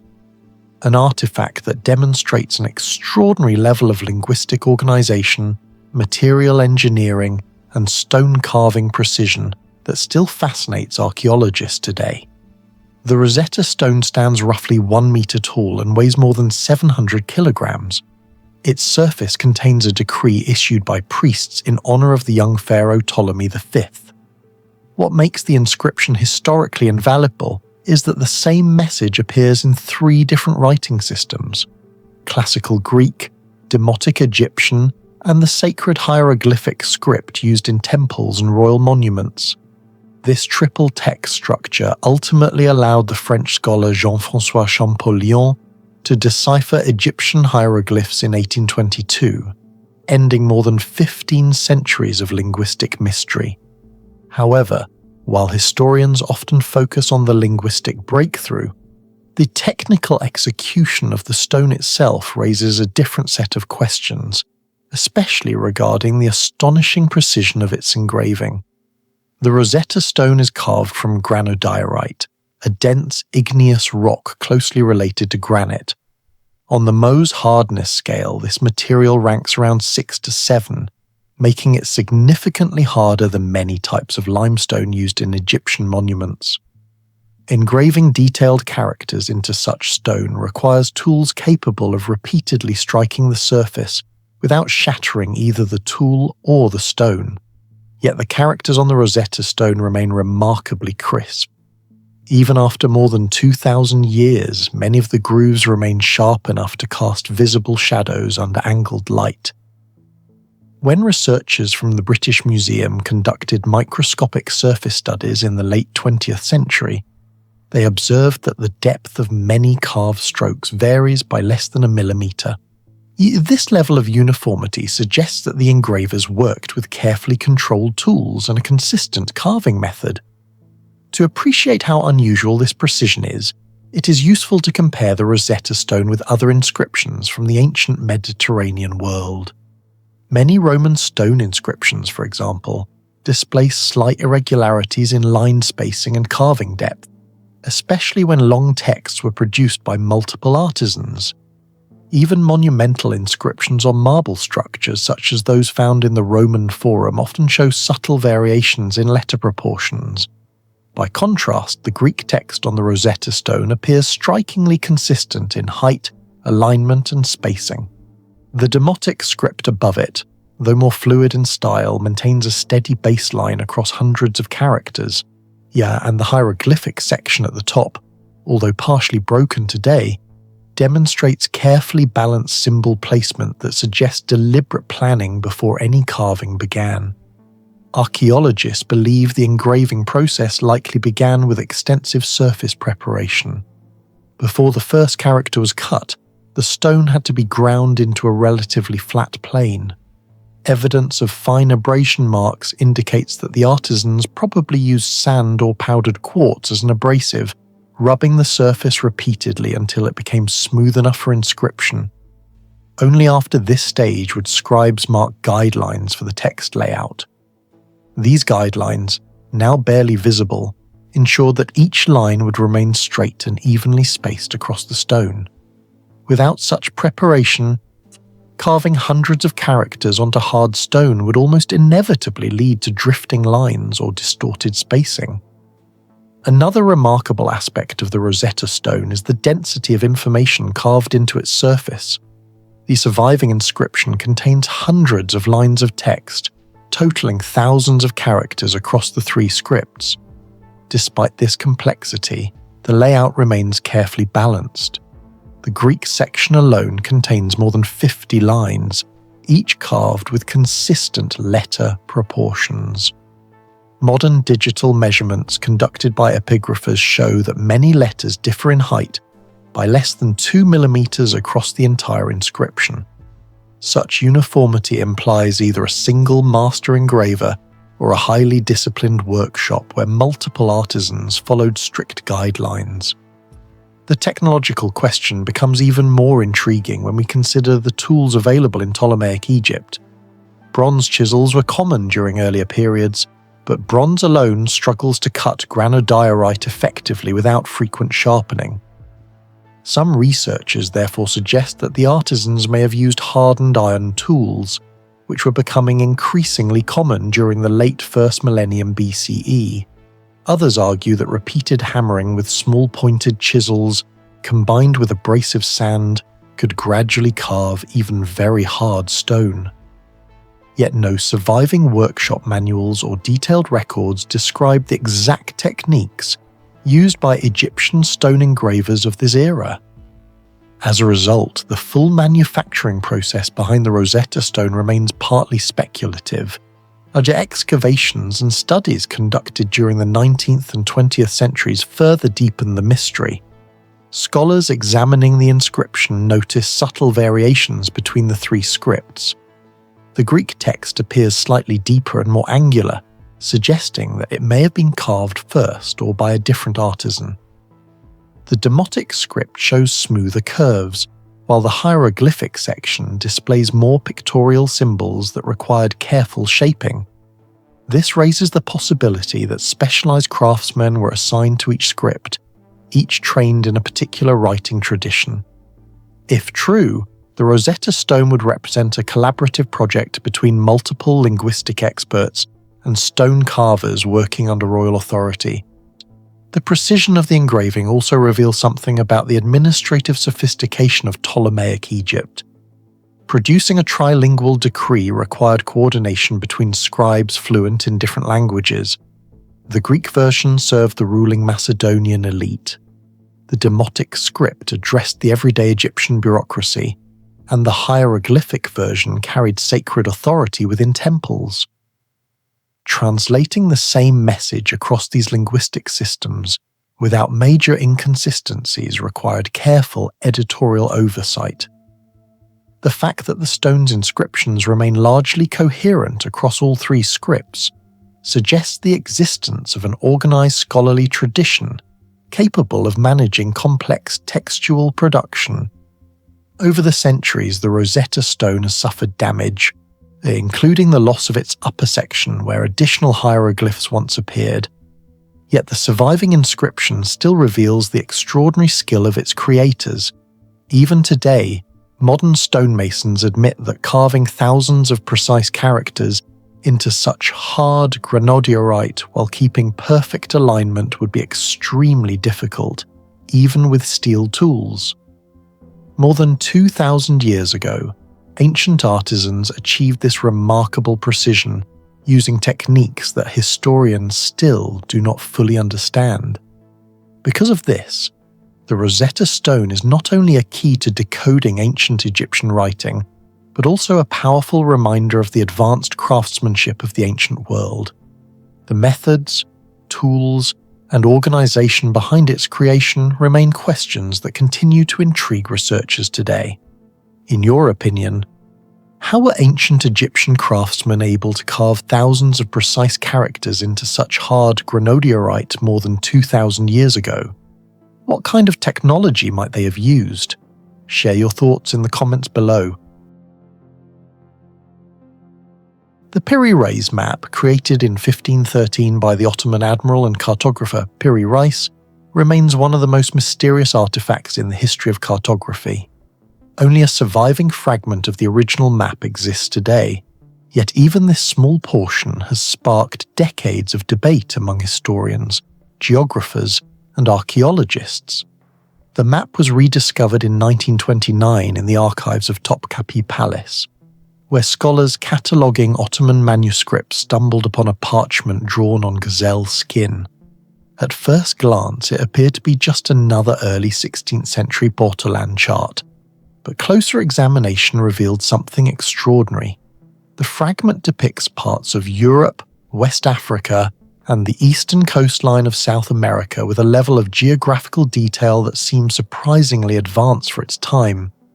What makes the map especially intriguing is that it was drawn only about 21 years after Christopher Columbus first reached the Caribbean in 1492, at a time when European knowledge of the Americas was still extremely limited. Despite this, the southern portion of the map shows long stretches of the Brazilian coastline in shapes that resemble modern maps far more closely than scholars would expect from such an early period of exploration. The most remarkable and widely discussed feature of the Piri Reis map is the astonishing accuracy of certain coastlines, particularly those of South America. When modern researchers overlay the surviving fragment with satellite maps, several sections align surprisingly well with the actual curvature of the continent's eastern coast. For example, the map depicts the bulging coastline of northeastern Brazil and the long downward sweep toward what is now Rio de Janeiro, with proportions that approximate modern geographic data. Considering the limitations of navigation technology in the early 16th century, such accuracy is difficult to explain.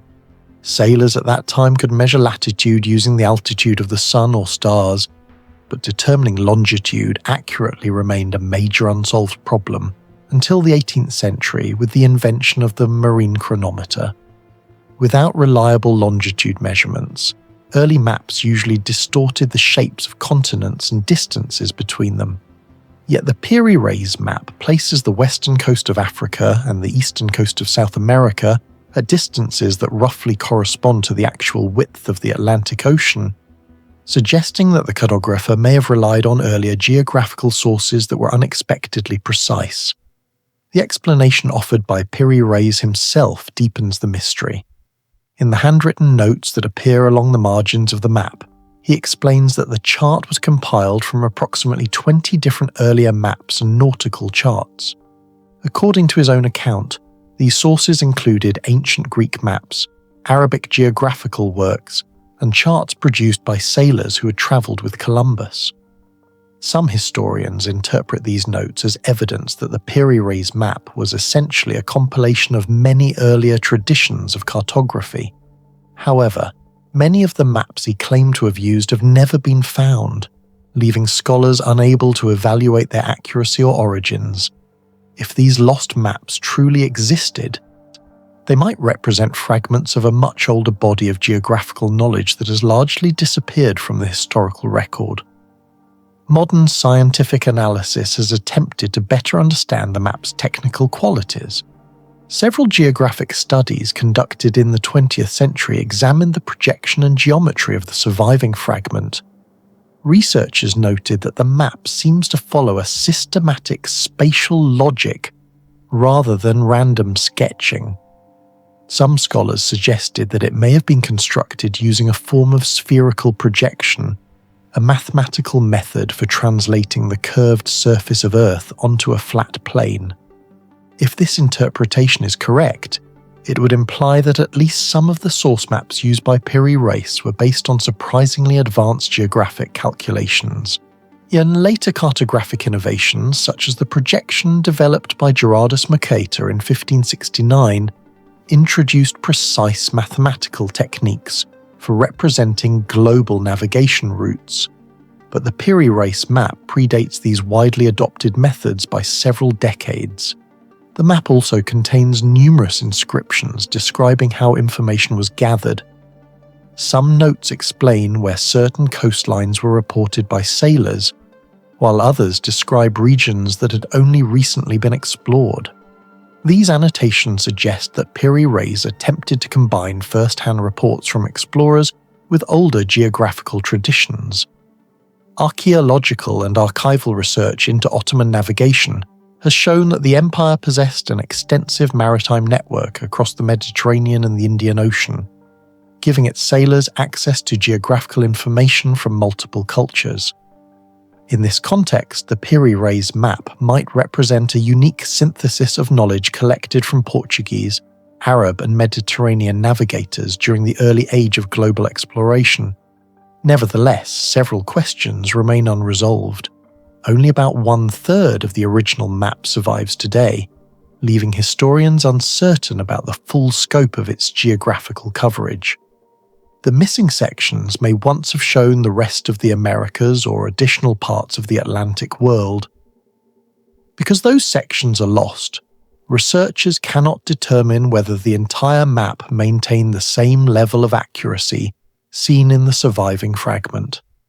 Moreover, debates continue about whether the alignment of certain coastlines truly reflects advanced geographical knowledge, or whether some similarities to modern maps are coincidental. Some scholars argue that the shapes of the coastlines are still distorted when examined carefully, while others maintain that the general proportions remain impressive considering the historical context. Even today, the Piri Reis map remains one of the most fascinating puzzles in the history of navigation. Its surprisingly accurate depiction of the South American coastline, the mysterious lost maps that Piri Reis claimed to use, and the map's unusual geometric structure all suggest that early cartographers may have possessed far more geographical knowledge than historians once believed. More than 5 centuries after it was drawn, and this surviving fragment continues to raise an intriguing question. Could traces of advanced ancient mapping knowledge still be hidden in forgotten archives or lost maps waiting to be rediscovered? In your opinion, where did the astonishing accuracy of the Piri Reis map come from? Was it simply the result of skillfully combining many older maps? Or could it reflect an ancient source of geographical knowledge that has been lost to history? Share your thoughts in the comments section below. In September 1991, 2 German hikers crossing a glacier in the High Ötztal Alps made a discovery that would become one of the most extraordinary archaeological finds of the modern era. Emerging slowly from melting ice was the naturally preserved body of a prehistoric man later named Otzi the Iceman. Radiocarbon analysis soon revealed that he had died more than 5,300 years ago, around 3,300 BCE, during the Late Copper Age. While the remarkable preservation of his body captured global attention, what truly stunned scientists was the sophisticated technology found beside him, especially a seemingly simple object that turned out to be far ahead of its time, a copper axe. At first glance, the axe appeared to be just another prehistoric tool. Yet detailed laboratory analysis revealed something astonishing. The blade was made from nearly pure copper, about 99.7% copper, according to metallurgical studies conducted at research institutes in Europe. For a tool dating back more than 5 millennia, this level of metal purity is extraordinary. In many parts of Europe during that era, metallurgy was still in its earliest experimental phase, with tools often containing significant impurities. Producing a blade of such purity would have required sophisticated knowledge of smelting techniques, careful control of temperature, and an understanding of how to separate metal from ore. Copper melts at approximately 1,084 degrees Celsius, and meaning that prehistoric metallurgists needed furnaces capable of reaching extremely high temperatures using charcoal and controlled airflow. Achieving this level of thermal control without modern technology remains one of the most fascinating questions surrounding early metalworking. The axe itself is elegantly designed. The copper blade measures roughly 9.5 centimeters in length and is inserted into a carefully carved wooden handle made from yew wood. The blade was secured using a combination of birch tar adhesive and tightly wrapped leather bindings. This composite design demonstrates not only knowledge of metallurgy, but also advanced woodworking and adhesive technologies. Birch tar, in particular, requires a controlled heating process in an oxygen-limited environment to extract sticky resin from birch bark, a method that prehistoric communities must have mastered through repeated experimentation. The result was a durable and reliable adhesive strong enough to hold metal and wood together even under the stresses of chopping and cutting. Archaeologists were equally surprised by the rarity of such axes in Europe from this period. Copper was extremely valuable during the Chalcolithic age, and metal tools were often symbols of power or status rather than everyday implements. The fact that Otzi carried a copper axe suggests he may have been a person of considerable importance, perhaps a leader, a skilled craftsman, or a respected member of his community. Some scholars have compared the significance of such an axe in the Copper Age to the role of high-quality steel tools in the modern industrial world. In other words, it represented cutting-edge technology of its time. Even more intriguing was the question of where the copper came from. In 2017, a major geochemical study analysed the isotopic composition of the metal and traced it to copper ore deposits in southern Italy, particularly in the region of Tuscany. This location lies hundreds of kilometres from the glacier where Otzi was discovered. Such evidence suggests that long-distance trade networks already existed across prehistoric Europe. Communities separated by mountains and valleys may have exchanged materials, technologies, and knowledge far earlier than previously believed. In comparison, many archaeologists once assumed that complex trade systems only developed much later during the Bronze Age. The axe also challenges long-held assumptions about the timeline of technological development.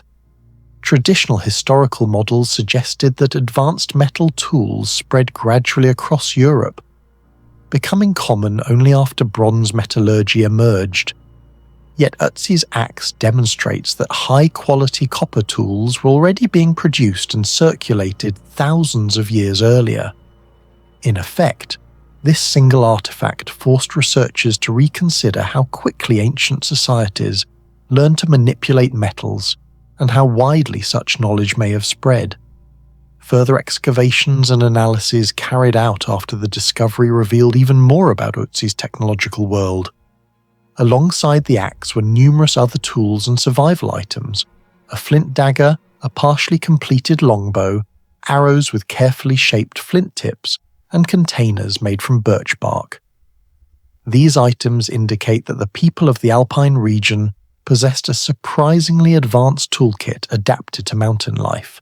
However, none of these objects captured scientific attention quite like the copper axe, because it symbolized a leap in technological capability that seemed almost out of place for the era. What makes the mystery even deeper is the context of Otzi's death. CT scans later showed that he died after being struck by an arrow that pierced his shoulder and likely severed a major artery. Despite the apparent violence of his final moments, the copper axe was left behind beside his body. For prehistoric attackers seeking valuable resources, such a metal tool would have been an extremely valuable prize. Its presence raises questions about the circumstances of the encounter. Was it a sudden ambush, a ritual killing, or a conflict in which the attackers fled quickly? Archaeologists continue to debate these possibilities. More than 3 decades after the discovery, the copper axe of Otzi the Iceman remains one of the most compelling pieces of evidence that prehistoric societies possessed technologies far more sophisticated than once believed. Today, the original artifact is preserved in the South Tyrol Museum of Archaeology, where it continues to be studied using modern scientific techniques, such as high-resolution imaging and metallurgical analysis. Each new study reveals another detail about how ancient craftsmen shaped metal, constructed tools, and navigated the rugged landscapes of the Alpine world. In many ways, the axe is more than just a tool. It is a silent witness to a forgotten technological tradition. It tells a story of early metallurgy, long-distance exchange, and the ingenuity of people who lived thousands of years before written history. And perhaps most intriguingly, it reminds us that the technological abilities of ancient societies may still hold secrets waiting to be uncovered beneath ice, stone, and time itself. The discovery of the Terracotta Army is often described as one of the most astonishing archaeological finds of the 20th century, not only because of its enormous scale, but also because of the technological sophistication hidden within the thousands of clay soldiers buried beneath the earth.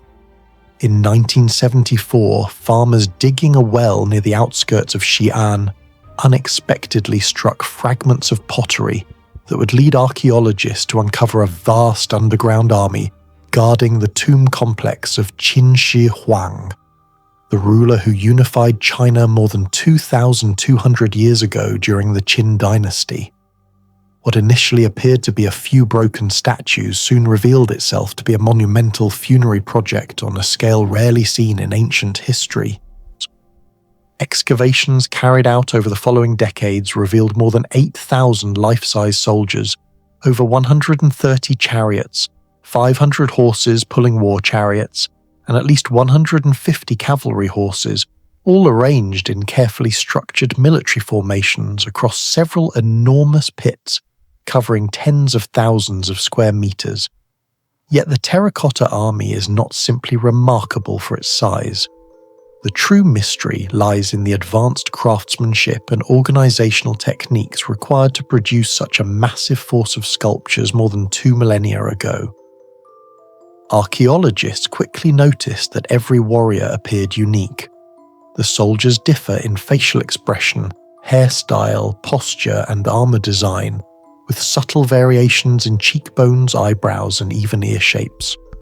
Detailed studies conducted by Chinese and international researchers suggest that although the figures were produced using modular molds for body parts, artisans finished each head and facial detail individually by hand.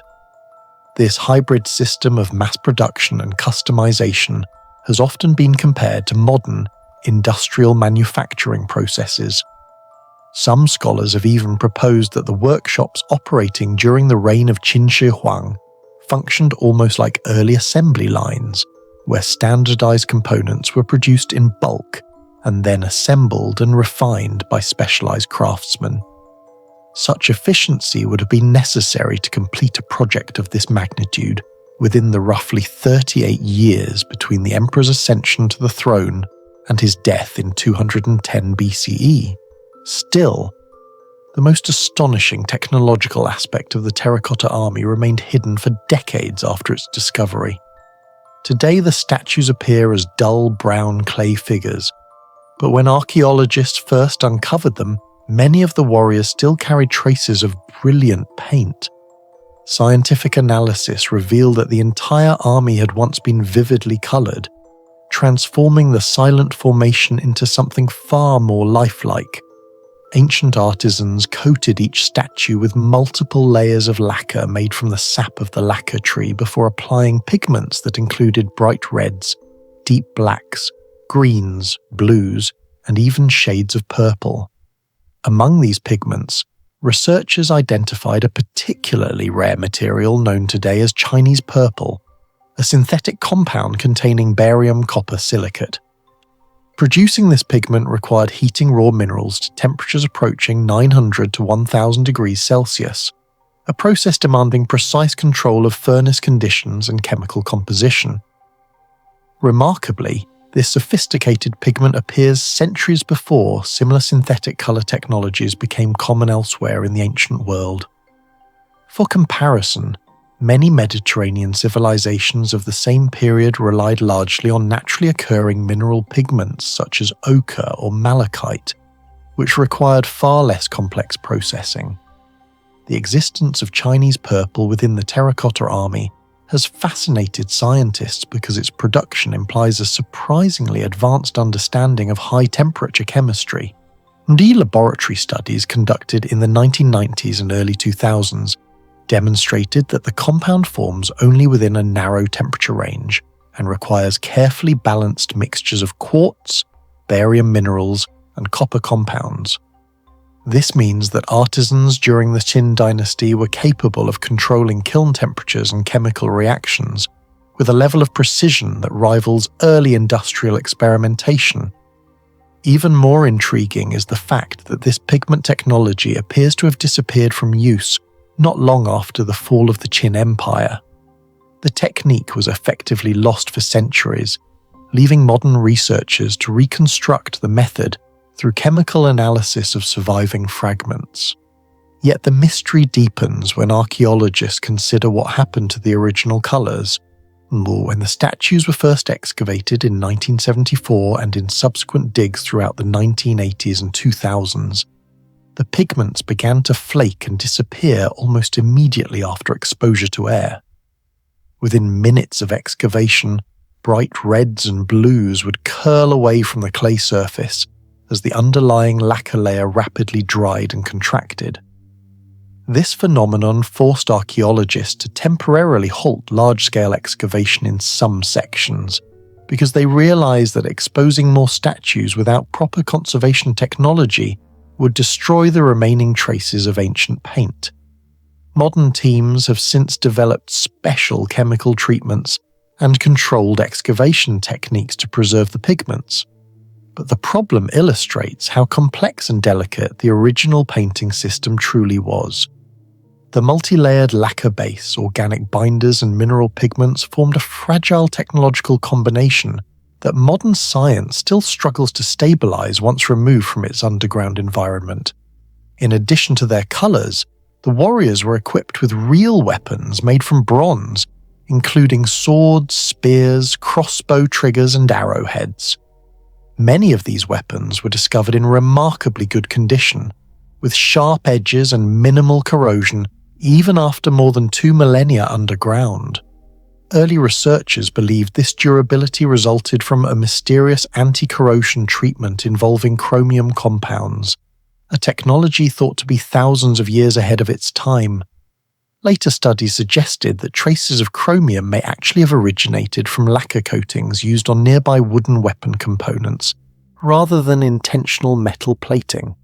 Even so, the preservation of these weapons still raises questions about the burial environment and metallurgical practices of Qin-era craftsmen. Further mysteries remain beneath the central mound of the mausoleum itself. Historical records written by the Han Dynasty historian Sima Qian describe the emperor's tomb as containing elaborate mechanical traps and miniature rivers of liquid mercury representing the great waterways of China.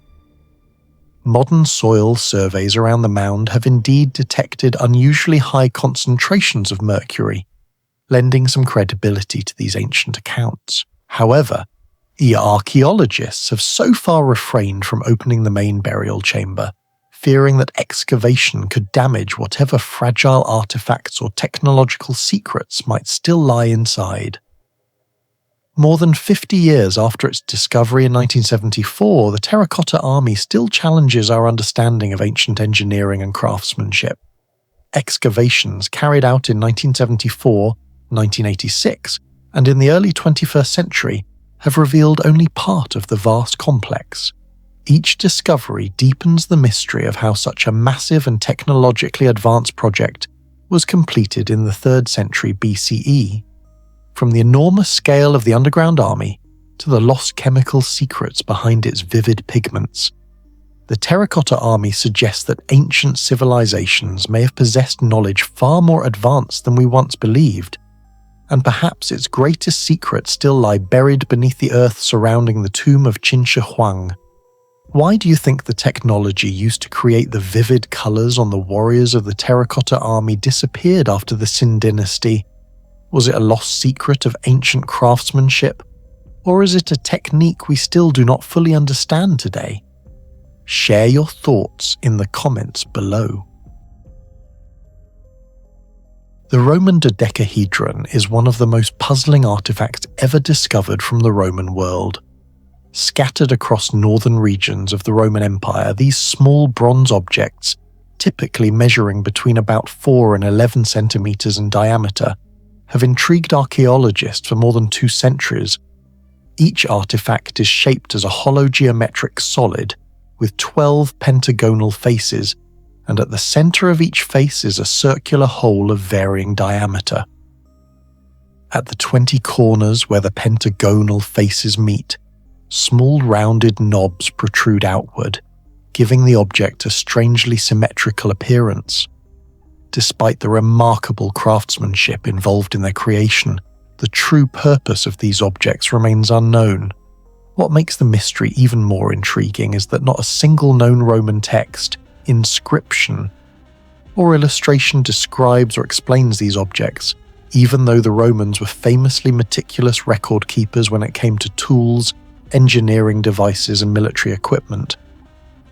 The first recorded discovery of a Roman dodecahedron occurred in the 18th century in England, and since then archaeologists have uncovered more than 120 examples across Europe. Most of them have been found in regions that once formed the northern frontier of the Roman Empire, including modern-day France, Germany, Belgium, the Netherlands, Switzerland, Austria, and the United Kingdom. Curiously, almost none have been discovered in Italy itself, the heart of Roman civilization. Many were unearthed during controlled excavations of Roman settlements and military sites. For example, several specimens were discovered near the remains of Roman forts along the Rhine frontier, while others were recovered from villa complexes and rural settlements. One particularly well-preserved example was excavated in Norton Disney in England in 1989, where it was found alongside coins and pottery dating to the 3rd or 4th century. Another notable discovery occurred in Tongeren in Belgium, where archaeologists uncovered a dodecahedron in a context suggesting it may have belonged to a wealthy household.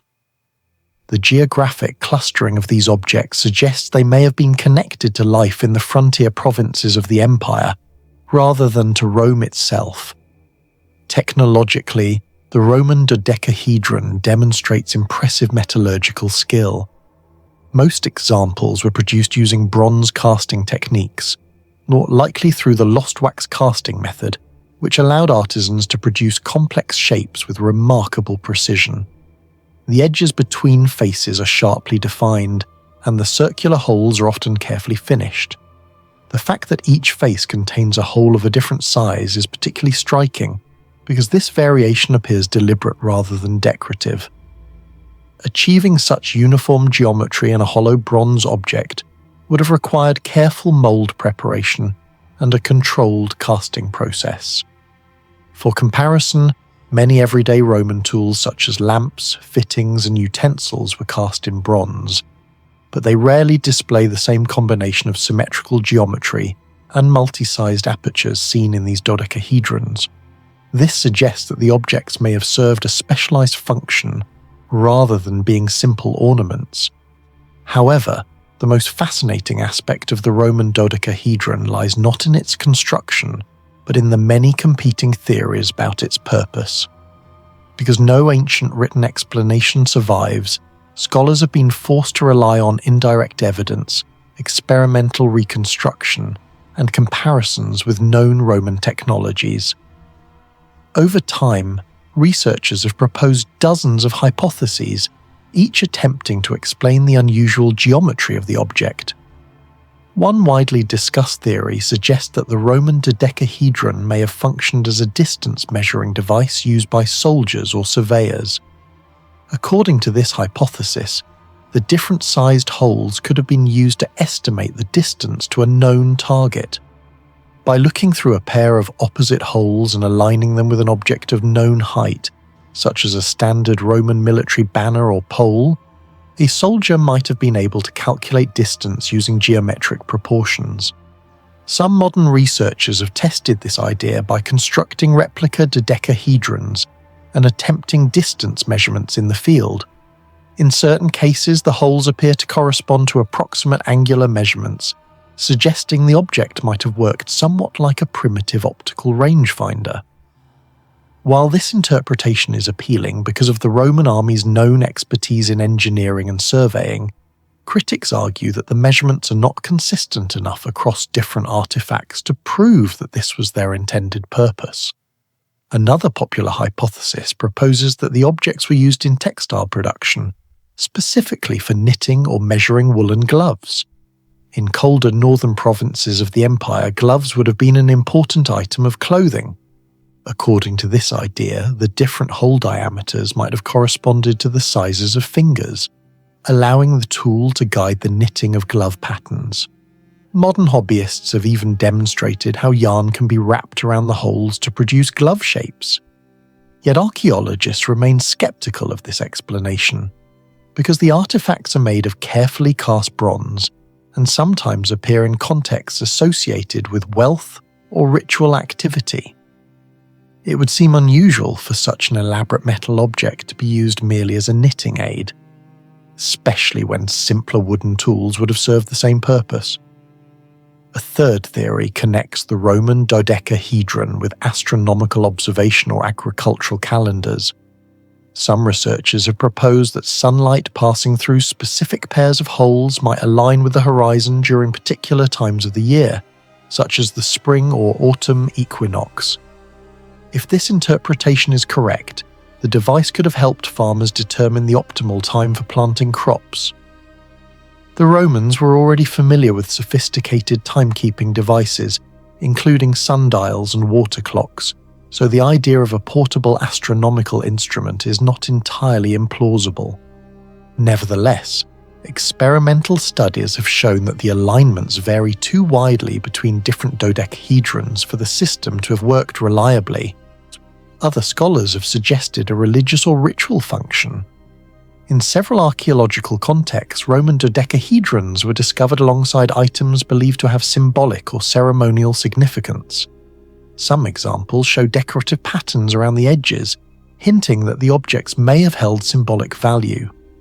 The number 12 itself carried powerful meaning in Roman and earlier Mediterranean cultures, appearing in concepts such as the 12 zodiac signs, the 12 months of the year, and the 12 principal gods of the Roman pantheon. From this perspective, the dodecahedron might have served as a ritual object used in divination or religious ceremonies, perhaps associated with astrology or seasonal cycles. Despite more than 2 centuries of research, none of these theories has been universally accepted.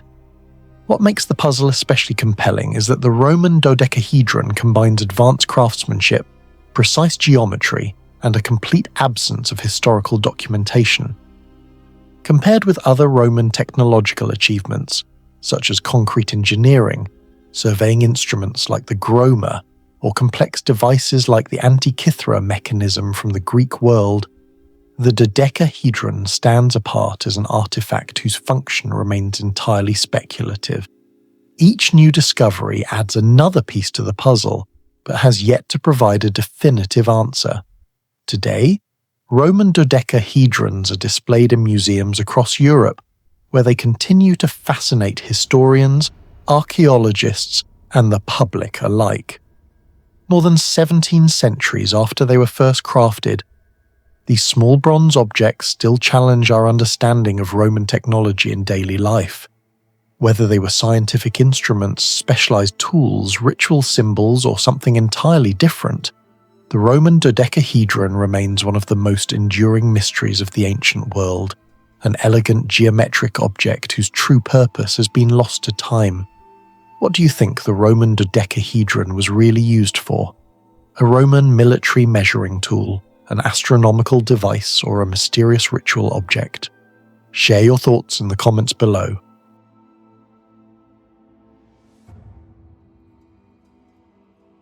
Among the many inscriptions discovered in the ancient Near East, the Tel Dan Stele stands as one of the most intriguing archaeological artifacts ever uncovered in the region. Found at the archaeological site of Tel Dan in northern Israel, this fragmented basalt monument has fascinated scholars, not only because of its historical message, but also because of the remarkable precision of the technology used to carve it. The first fragment of the stele was discovered in 1993 during excavations led by Israeli archaeologist Avraham Biran. The fragment had been reused as part of a later defensive wall, suggesting that the original monument had been deliberately broken in antiquity. In the following excavation season in 1994, archaeologists uncovered 2 additional fragments nearby. When these pieces were assembled, researchers realized they were looking at part of a monumental victory inscription dating to approximately the 9th century BCE. Although only 3 fragments survive today, scholars estimate that the original monument may have stood over 1 meter tall and weighed several hundred kilograms, indicating that it was intended as an imposing public display of royal power. Yet beyond its historical significance, the most extraordinary aspect of the Tel Dan Stele lies in the astonishing precision of its inscription. The stele is carved from basalt, a volcanic rock known for its extreme durability and hardness. On the Mohs scale of mineral hardness, basalt typically measures around 6, making it significantly harder than limestone and far more difficult to carve with primitive tools. For artisans working nearly 3,000 years ago, this would have presented a formidable technological challenge. The tools commonly used in the Levant during the 9th century BCE were made primarily from bronze or early forms of iron. Bronze tools in particular struggle to cut cleanly into basalt, often producing rough edges and irregular grooves. However, the inscription on the Tel Dan Stele tells a different story. The Aramaic letters appear deeply incised, with narrow grooves and surprisingly sharp edges that remain visible even after almost 3 millennia of erosion. In several places, the carved strokes maintain a remarkably consistent width, suggesting careful control of the carving instrument. Thus, microscopic analysis conducted by epigraphers has revealed that many of the grooves are only a few millimeters wide but maintain a uniform depth across the entire inscription, an achievement that would have required extraordinary patience and technical skill.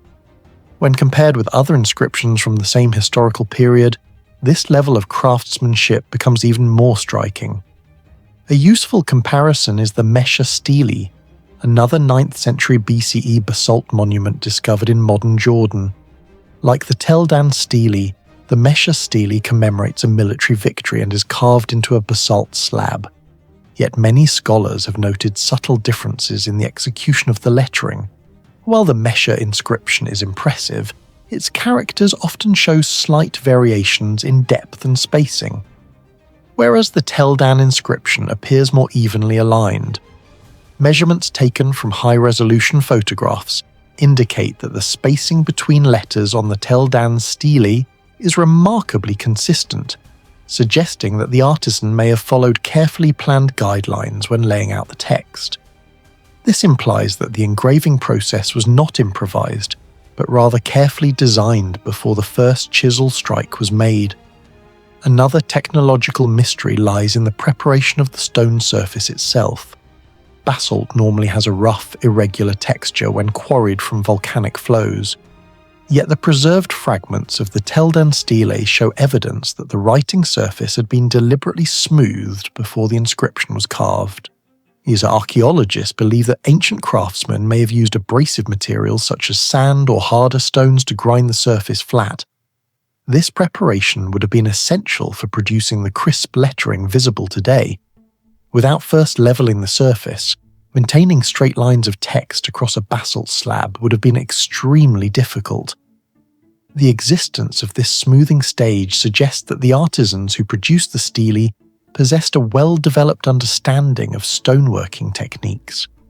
The arrangement of the inscription further demonstrates this careful planning. The text appears organized into horizontal lines with relatively even spacing between characters, something that would have required precise control during the engraving process. Some researchers speculate that the artisan may have sketched the letters lightly onto the stone before carving them permanently, a technique known from other ancient monumental inscriptions. Although no visible traces of these preliminary markings remain, the regularity of the text strongly suggests that such preparation once existed. The discovery context of the Tel Dan Stele also contributes to its mysterious history. The fragments were found embedded in a later construction wall, indicating that the original monument had been intentionally shattered at some point in antiquity. Such acts were not uncommon in the ancient Near East, where conquering kings often destroyed monuments erected by their enemies. Excavations throughout the 1990s at Tel Dan revealed that the fragments were placed within building layers that post-dated the original inscription by centuries. This suggests that the stele may have been broken during a political upheaval and later reused simply as construction material. Beyond its technological intrigue, the Tel Dan Stele is historically famous for containing a phrase widely interpreted as referring to the House of David, potentially representing one of the earliest references to the biblical King David outside the Bible itself.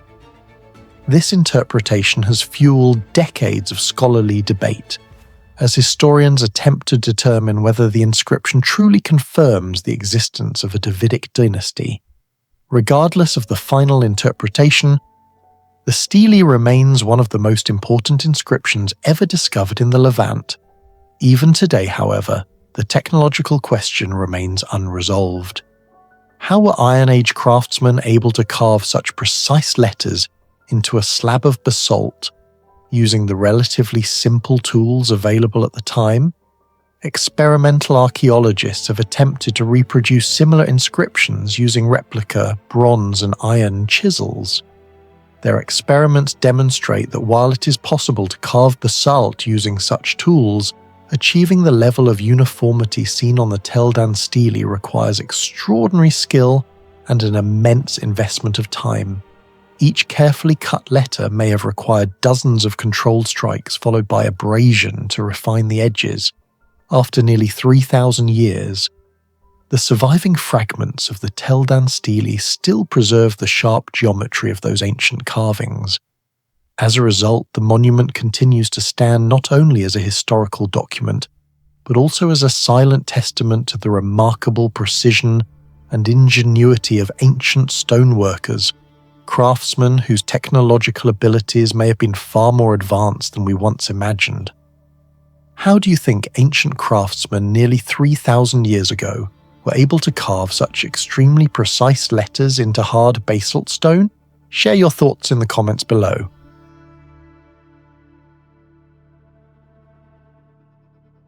In the long history of archaeological discoveries, few artifacts have generated as much intrigue and debate as the Baghdad battery. At first glance, the object appears deceptively simple. A small clay jar, roughly 13 to 15 centimeters tall, containing a copper cylinder and a single iron rod sealed with bitumen. Yet the moment researchers began examining its structure, an astonishing possibility emerged. The components of this 2,000-year-old artifact resemble, almost perfectly, the architecture of a modern electrochemical battery. If that resemblance reflects intentional design rather than coincidence, it would suggest that people living in ancient Mesopotamia may have understood and applied basic electrical principles nearly 2 millennia before the invention of the first modern battery. The artifact was discovered in 1936 during excavations at the archaeological site of Qujut Rabu, a location situated just southeast of Baghdad. The discovery was reported by the German archaeologist Wilhelm König, who was working with artifacts from the region housed in the Iraqi Museum. The object was initially catalogued simply as a ceramic vessel with unusual metal components, but König quickly noticed something striking. The arrangement of materials inside the jar mirrored the configuration required for an electrochemical cell. The jar itself acted as container, the copper cylinder functioned like the cathode housing, and the iron rod in the center could serve as an anode. Even the bitumen seal around the opening had a practical purpose, insulating the two metals from direct contact. In modern electrical engineering, a battery requires two different metals and an electrolyte solution to create a potential difference. The Baghdad artifact appeared to contain exactly those elements. To understand why this discovery was so startling, it is useful to compare it with the device widely recognized as the first true battery, the Voltaic pile developed in 1800 by the Italian physicist Alessandro Volta. Volta's design used alternating layers of metals and electrolyte-soaked material to generate electricity through chemical reactions. Although the Baghdad artifact is far simpler, the underlying principle is remarkably similar. Both systems rely on two dissimilar metals separated by an electrolyte, producing a small but measurable electric current. When researchers reconstructed the Baghdad jar and filled it with acidic liquids such as vinegar, grape juice, or lemon juice, the device generated approximately half a volt of electricity. This amount may seem small, but it is comparable to the output of a single primitive electrochemical cell. Multiple units connected together could theoretically produce a larger voltage, just as modern batteries combine multiple cells to increase power. Experiments conducted throughout the 20th century strengthened this intriguing possibility. In 1940, engineer Willard Gray from General Electric constructed a replica of the artifact and filled it with copper sulfate solution. The reconstructed device successfully produced an electrical current. Later, in the 1970s, German researcher Arne Eggebrecht carried out additional experiments in which several replicas were connected together. His tests suggested that the generated electricity might be capable of performing simple electroplating, depositing a thin layer of metal onto another surface. If accurate, this would imply that ancient craftsmen could have used electrical current to coat jewelry or decorative objects with gold or silver. Such a technique would have allowed artisans to produce visually luxurious items while using far smaller amounts of precious metal. This possibility becomes even more intriguing when viewed in the broader context of ancient Mesopotamian metallurgy. Archaeologists have long noted that certain ancient artifacts from the region display extremely thin and even metal coatings, sometimes only a few microns thick, where traditionally scholars assume these coatings were applied through mechanical or chemical processes. Yet the precision of some examples has prompted speculation that early forms of electroplating may have existed. If the Baghdad battery truly functioned as a primitive power source, it could represent the missing technological link, explaining how such coatings were achieved. In that sense, the artifact might reveal an experimental knowledge of electrochemistry thousands of years before the discipline was formally understood. Despite these fascinating possibilities, the interpretation of the Baghdad battery remains controversial. One of the strongest arguments against the electrical hypothesis is the absence of supporting archaeological evidence.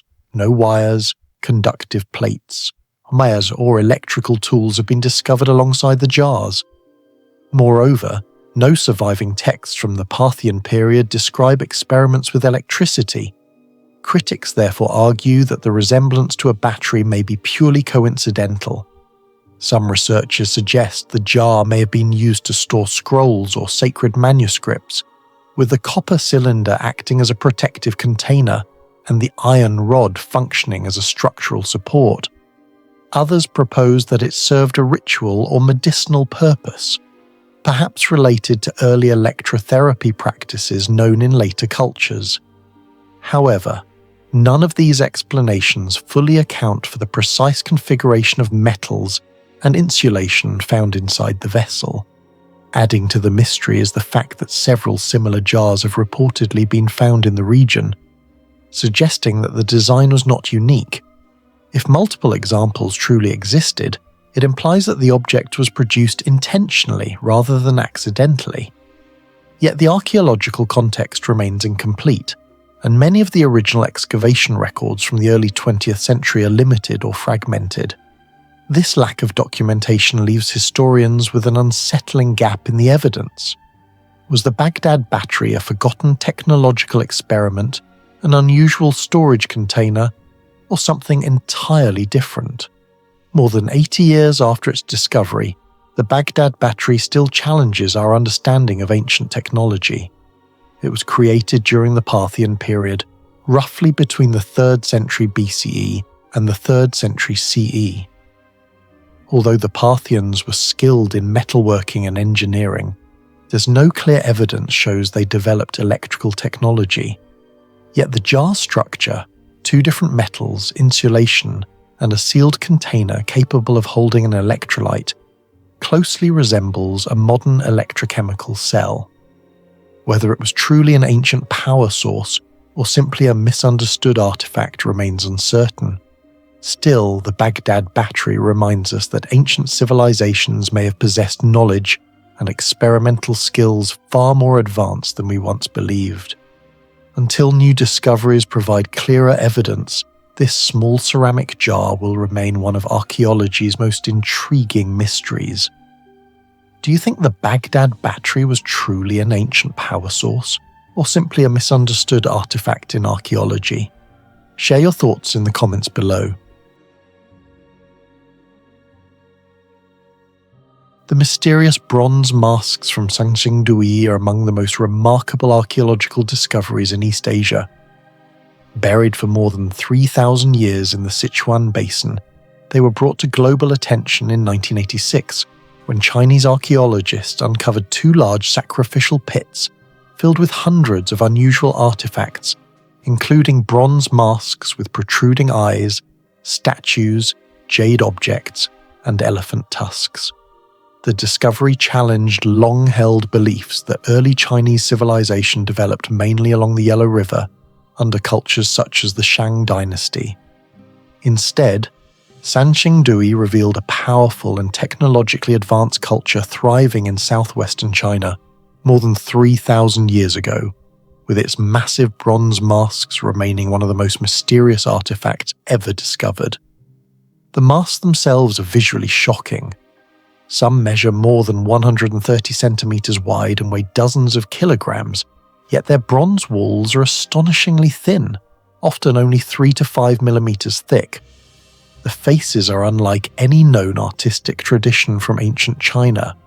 Instead of the stylized Taoti motifs common in Shang bronze vessels, the Sanxingdui masks display enormous almond-shaped eyes that extend outward in cylindrical projections sometimes more than 15 centimeters long, sharp triangular noses, and wide ears pierced with holes that may once have held ornaments. The effect is almost surreal, as if the artisans intended to represent supernatural beings rather than human rulers. Archaeologists have proposed several theories: that the masks depict deities worshipped by the ancient Shu people, that they represent legendary rulers described in early Chinese mythology, or that they were ritual masks mounted on wooden statues during religious ceremonies. Yet despite decades of research, none of these explanations has been definitively proven. The absence of written records from the Sanxingdui culture only deepens the mystery, leaving researchers to interpret meaning through the silent language of artifacts. However, beyond their strange appearance, what truly astonishes scientists is the extraordinary technological sophistication required to produce these objects. The Sanxingdui artisans were clearly masters of bronze metallurgy. Chemical analysis has shown that the masks were cast from complex bronze alloys containing copper, tin, and lead, a combination that allowed molten metal to flow smoothly into molds while retaining structural strength after cooling. Casting objects of such large size with such thin walls would have required precise temperature control and carefully engineered molds. Even in the highly developed bronze industry of the Shang dynasty, most ritual vessels were much smaller and thicker. Producing a mask more than a meter wide with walls only a few millimeters thick, without structural collapse, would have been an enormous technical challenge. The molds themselves must have been large and extremely stable, yet archaeologists have not found clear remains of the workshops where these massive bronze objects were produced. This absence of direct evidence has left many aspects of the manufacturing process unknown. Yet perhaps the most astonishing feature of the Sanxingdui masks, and the one that has generated the greatest scientific curiosity, is the presence of ultra-thin gold coverings applied to some of the bronze faces. Several masks discovered during excavations were found with delicate sheets of gold carefully attached to the surface of the bronze, particularly around the eyes, mouth, and facial contours. These gold sheets are extraordinarily thin, in some cases measuring only about 0.02 to 0.04 millimeters thick. To visualize this scale, a typical human hair is roughly 0.07 millimeters thick, meaning the Sanxingdui gold foil could be less than half the thickness of a strand of hair. Producing metal sheets this thin requires remarkable control over hammering and annealing techniques. The gold must be repeatedly hammered, heated, and cooled to prevent cracking, all while maintaining uniform thickness. Achieving such precision more than 3,000 years ago is astonishing. Even in other advanced ancient civilizations, such as those of Mesopotamia or Egypt, gold leaf technology of comparable thinness typically appears in later historical periods. The Sanxingdui gold masks therefore suggest that the artisans of this lost culture possessed an unexpectedly advanced understanding of metalworking. The process likely involved hammering small ingots of gold into sheets before carefully attaching them to the bronze surface using adhesives or mechanical fastening methods that remain poorly understood. Some researchers have suggested that the gold sheets may have been pressed directly onto the bronze while the metal surface was slightly roughened, allowing it to adhere more effectively. Others propose that organic resins or natural adhesives may have been used, although no definitive traces have been identified. Whatever the exact method, the result created a striking visual contrast. The deep green or dark brown patina of ancient bronze surrounding a luminous golden face that would have reflected torchlight during ritual ceremonies. In the dim glow of an ancient temple, such masks must have appeared almost supernatural, reinforcing the sacred authority of the figures they represented. The importance of gold in Sanxingdui culture is further emphasized by one of the most spectacular discoveries made during recent excavations in 2021 and 2022. Archaeologists uncovered a nearly complete gold mask weighing approximately 280 grams, crafted from hammered gold sheet and originally attached to a bronze face. This mask demonstrates that gold was not merely decorative, but central to the symbolic language of Sanxingdui ritual art. Gold was rare and precious, and its use in large quantities suggests access to significant resources and trade networks. Yet the exact source of the gold remains uncertain. Geological surveys have identified gold deposits in southwestern China, but it is still unclear whether the Sanxingdui people mined these resources directly or obtained them through trade with neighbouring cultures. The archaeological history of Sanxingdui itself adds another layer of intrigue. The site was first discovered in 1929 when a farmer digging an irrigation ditch unearthed a cache of jade artefacts. For decades, the find remained an isolated curiosity, but systematic excavations began in the 1980s under the supervision of Chinese archaeologists. In 1986, the discovery of the two famous sacrificial pits transformed the site into one of the most important archaeological locations in Asia. Inside these pits, researchers found more than 1,000 artifacts deliberately broken, burned and buried. Bronze masks lay beside shattered jade blades, Femi elephant tusks and ritual trees cast entirely in bronze. The deliberate destruction of such valuable objects suggests a large-scale ceremonial event, perhaps marking the end of a religious tradition or the relocation of the city's population. Despite the wealth of artifacts recovered, many mysteries remain unsolved. No large palace complex or royal tomb associated with the creators of the masks has been conclusively identified. The city itself appears to have been suddenly abandoned around 1200 to 1100 BCE. Some scholars suggest that environmental changes, possibly an earthquake or flood that altered the course of nearby rivers, may have forced the inhabitants to relocate. Others believe that political upheaval or migration may have played a role. Whatever the cause, the disappearance of the Sanxingdui culture left behind artifacts that seem almost disconnected from the historical traditions that followed. Today, the Sanxingdui bronze masks continue to astonish both scientists and the public. Their strange faces, massive size, and sophisticated craftsmanship challenge our understanding of ancient technology. Most remarkable is the ultra-thin layer of gold that still clings to some of these faces after more than 3,000 years underground, a testament to the extraordinary skill of the Sanxingdui artisans. Even after decades of research and numerous archaeological excavations, the true story behind these masks remains one of the most fascinating mysteries of the ancient world. In your opinion, how were the ancient Sanxingdui people able to create gold layers so incredibly thin more than 3,000 years ago? Was it technology far ahead of its time, or simply a technique we still do not fully understand? Share your thoughts in the comments below.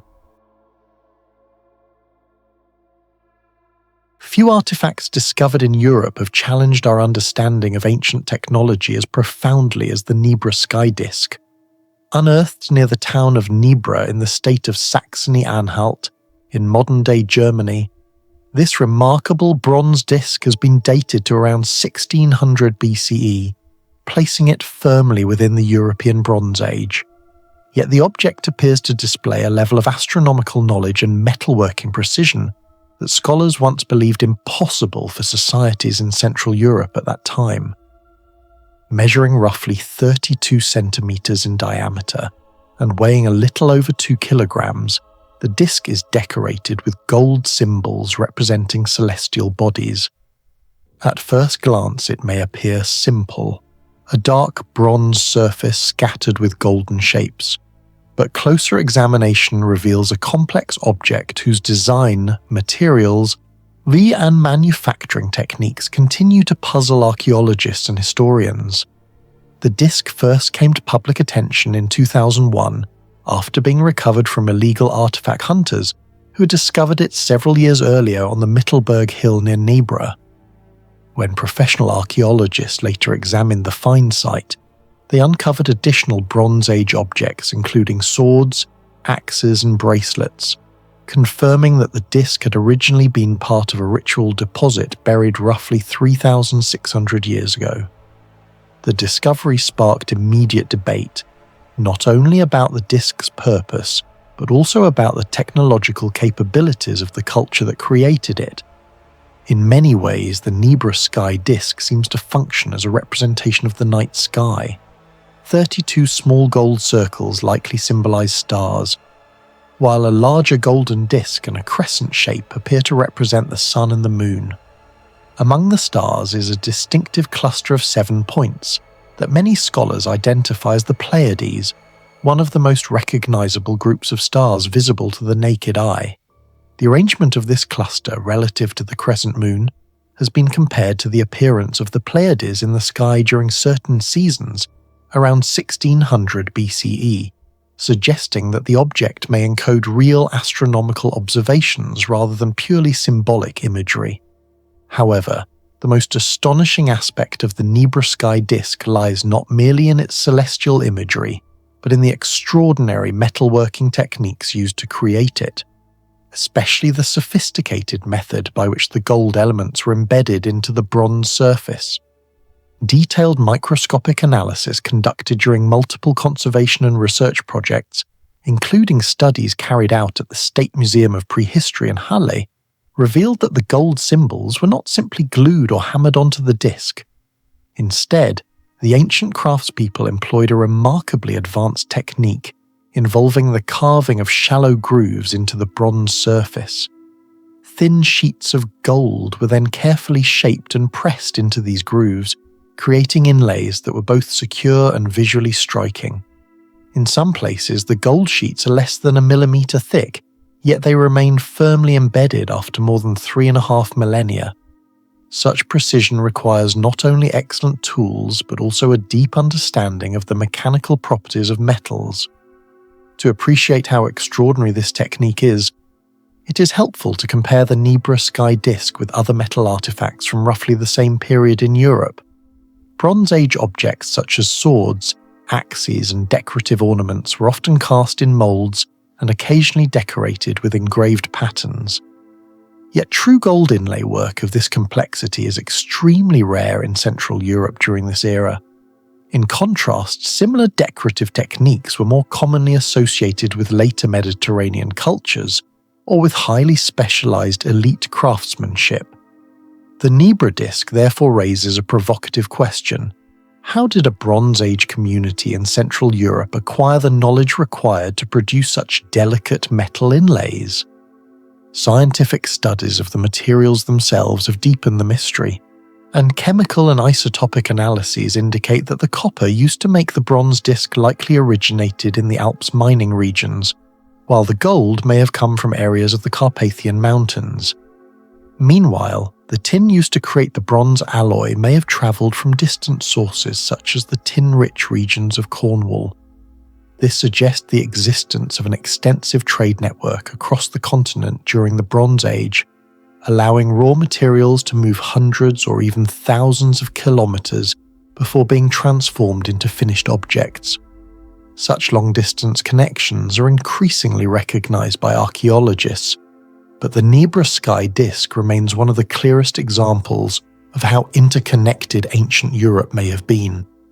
Even more intriguing is the evidence that the disk underwent several stages of modification after it was first created. Detailed examination of the gold inlays shows that certain elements were added later than others.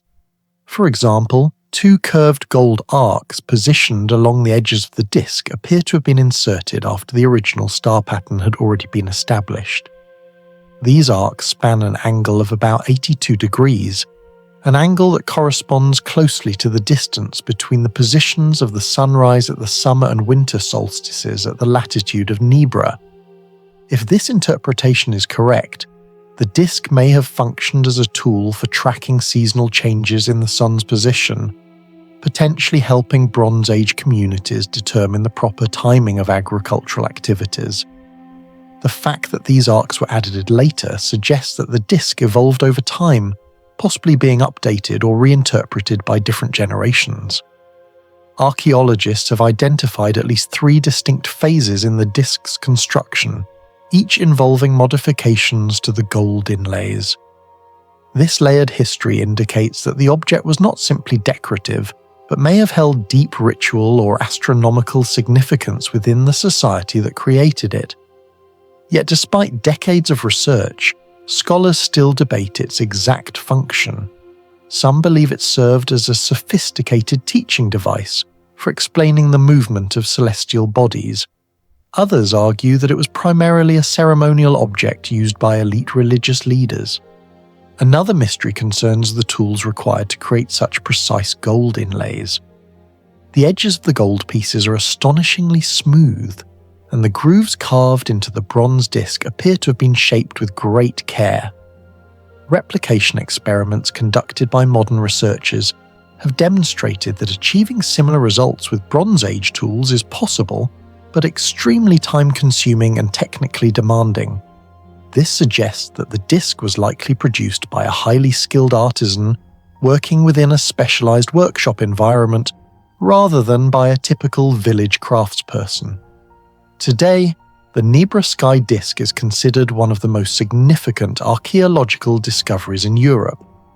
It has reshaped our understanding of Bronze Age societies north of the Alps, revealing that they may have possessed far more advanced knowledge of astronomy, metallurgy, and long-distance trade than previously believed. Yet even after years of research, the disc still holds many unanswered questions.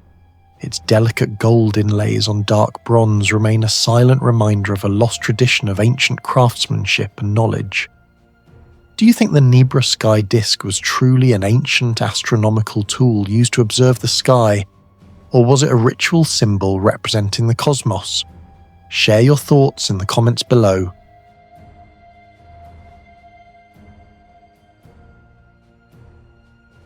The story of the Antikythera mechanism begins not in a laboratory, but beneath the waters of the Aegean Sea.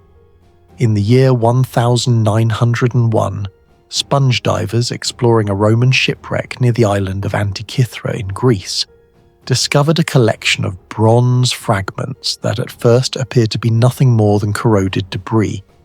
Among statues, pottery, and luxury cargo, however, lay several mysterious pieces of bronze embedded with tiny gear teeth. For decades, the fragments puzzled archaeologists, but as scientific analysis progressed throughout the 20th century, researchers slowly realized that they were looking at something extraordinary, a complex mechanical device dating to roughly the 2nd century BCE, often described today as the world's first analog computer. What made the Antikythera mechanism so astonishing was not simply its age, but the incredible sophistication of its internal engineering, especially its system of interlocking bronze gears, a level of mechanical precision that historians once believed did not exist until medieval Europe more than 1,000 years later. At the heart of the mystery lies the mechanism's intricate gear system. Modern imaging technologies, including high-resolution X-ray tomography, conducted in 2005 by the Antikythera Mechanism Research Project, revealed that the device originally contained at least 30 bronze gears and possibly more than 35. These gears were not crude or irregular components. Each one was carefully cut with triangular teeth and arranged in precise ratios designed to reproduce astronomical cycles.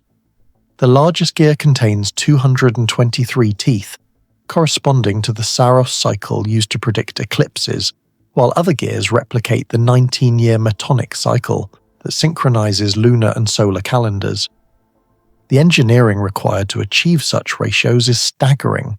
Even slight inaccuracies in the gear teeth would accumulate over time, causing astronomical predictions to drift dramatically. Yet reconstructions of the mechanism demonstrate that its gear ratios align remarkably well with known celestial periods. In effect, the device converted astronomical mathematics into mechanical motion. When a user turned a small crank on the side of the box, the gears rotated in a complex cascade, driving several dials that displayed the positions of the sun and moon, the phases of the moon, and even the predicted timing of eclipses decades in advance. The existence of such a sophisticated gear system in the ancient world is deeply surprising when compared with the technological record of later centuries.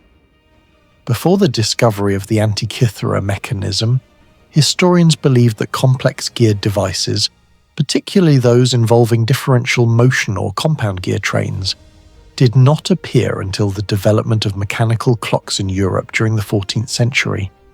Yet the Antikythera mechanism predates those clocks by more than 1,400 years. Some researchers have even argued that the mechanism may contain an early form of differential gearing, a technology widely associated with modern machines such as automobile transmissions. If this interpretation is correct, it suggests that ancient Greek engineers possessed mechanical knowledge that would not become widespread again until the early modern period. The precision required to manufacture these gears also raises questions about the tools available at the time.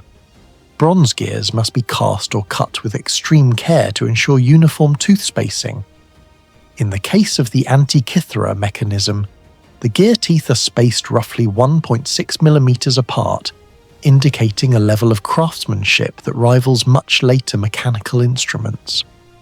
How Greek artisans achieved such precision using hand tools remains an open question, and one that continues to intrigue historians of technology. The mystery deepens when considering the intellectual environment that produced the device. Ancient Greek scientists such as Hipparchus had already developed remarkably accurate mathematical models of celestial motion by the 2nd century BCE. Hipparchus calculated the length of the lunar month with impressive precision and discovered the precession of the equinoxes. It is widely believed that the gear ratios inside the Antikythera mechanism reflect astronomical theories associated with his work. Another possible intellectual influence is Archimedes, whose writings describe mechanical devices capable of modelling cosmic movements. Ancient Roman authors even mention a celestial sphere built by Archimedes that could reproduce the motions of the sun, moon, and planets. While no surviving artifact from Archimedes has been found, the Antikythera mechanism may represent a descendant of this lost tradition of scientific instrumentation. If so, it suggests that Greek engineers had developed an entire field of precision mechanical astronomy that later vanished from historical records. Archaeological investigations of the Antikythera shipwreck have taken place in several phases, each revealing additional clues. The initial discovery in 1901 produced 82 fragmented pieces of the mechanism. In later decades, conservation work and imaging techniques allowed scholars to identify inscriptions on the device, over 2,000 Greek characters etched into the bronze plates. These inscriptions functioned almost like an instruction manual, explaining how the dials corresponded to astronomical cycles and eclipse predictions. The text also includes references to months and calendars used in the Greek world, suggesting that the device may have served both scientific and practical purposes. Renewed underwater expeditions to the wreck site in 2012 and 2016 uncovered additional artifacts and confirmed that the ship had been transporting luxury goods from the eastern Mediterranean to Rome when it sank around 60 BCE. Although no additional pieces of the mechanism were found during these dives, the discoveries reinforced the idea that the device had been part of a highly sophisticated scientific culture operating in the Hellenistic world. Perhaps the most perplexing aspect of the Antikythera mechanism is the disappearance of its technology. Despite extensive archaeological research, and no other device of comparable complexity from the ancient world has ever been discovered, this absence is difficult to explain. If the mechanism was a unique experimental instrument built by a single craftsman, its sophistication would be extraordinary but isolated. However, many historians believe that such precision engineering must have emerged from an established tradition of instrument making. After all, constructing a device with dozens of gears requires not only theoretical knowledge, but also workshops, skilled artisans, and specialized tools. Yet after the collapse of the Hellenistic scientific centres, particularly those in cities such as Alexandria, evidence for this mechanical tradition largely disappears from the historical record. The next comparable gear-driven astronomical devices do not appear until medieval Islamic and European instruments many centuries later. For this reason, the Antikythera mechanism is considered one of the most extraordinary technological artifacts from the ancient world. Its intricate gear system shows that engineers more than 2,000 years ago could transform complex astronomical knowledge into precise mechanical machinery. Yet despite decades of research and modern imaging technologies, many questions remain. Who designed it? How many similar devices once existed? And why such advanced knowledge disappeared for more than 1,000 years? These mysteries continue to make the Antikythera mechanism one of the most fascinating enigmas in the history of human technology. If humans were able to build a complex mechanical device like the Antikythera mechanism more than 2,000 years ago, how many other ancient technologies do you think may have been lost throughout history? Share your thoughts in the comments below.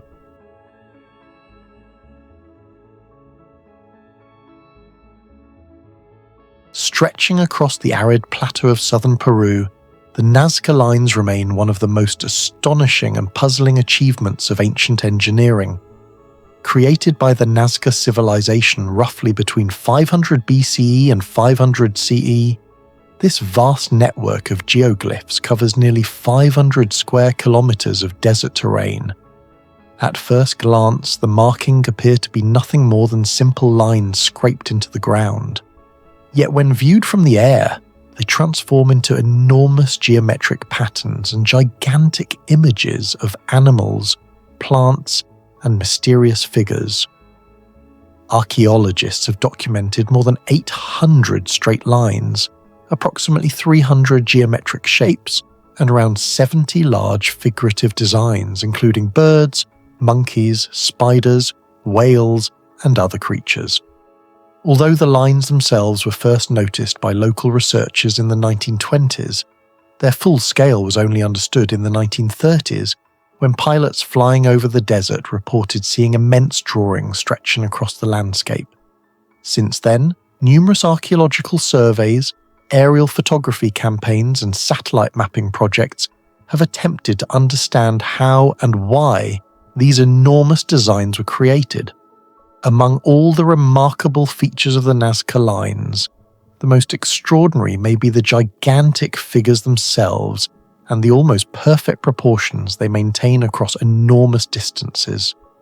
Some of the best-known figures include the hummingbird, which measures roughly 93 meters from wingtip to wingtip, the spider extending about 46 meters in length, and the famous monkey whose spiral tail and elongated limbs stretch nearly 90 meters across the desert surface. The condor geoglyph is even larger, with wings spanning more than 130 meters. What makes these figures so astonishing is not merely their scale, but the precision of their proportions.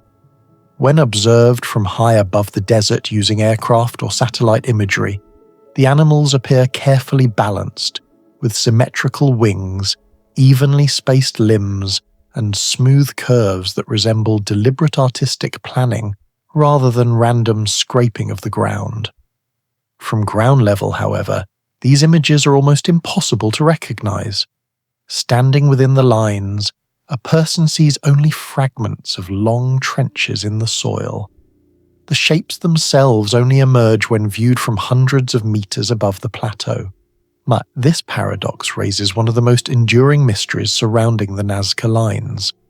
How could an ancient civilization with no known technology for aerial observation produce enormous drawings whose proportions appear designed specifically for a view from the sky? Archaeologists have long attempted to answer this question through experimental reconstructions. One theory suggests that Nazca artists may have created small-scale drawings first and then enlarged them onto the desert using a grid system. By placing wooden stakes into the ground and stretching ropes between them, they could potentially map out proportional reference points for the larger design. Evidence for such a method emerged during excavations in the 1980s, when researchers discovered fragments of wooden stakes embedded along some of the geoglyph lines.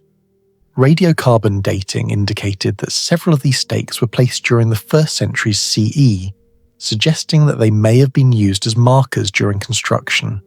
Even so, many researchers argue that scaling complex curves and maintaining accurate proportions over distances approaching 100 meters would still have required a remarkable level of planning and surveying skill.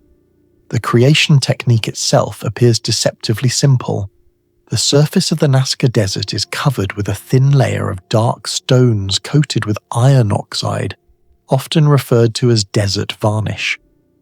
By carefully removing these stones and pushing them aside, the Nazca people exposed the lighter soil beneath, creating visible lines that contrast sharply with the surrounding ground. Most lines are only 10 to 15 centimeters deep and perhaps 30 to 40 centimeters wide, yet they remain visible because of the desert's extremely stable climate.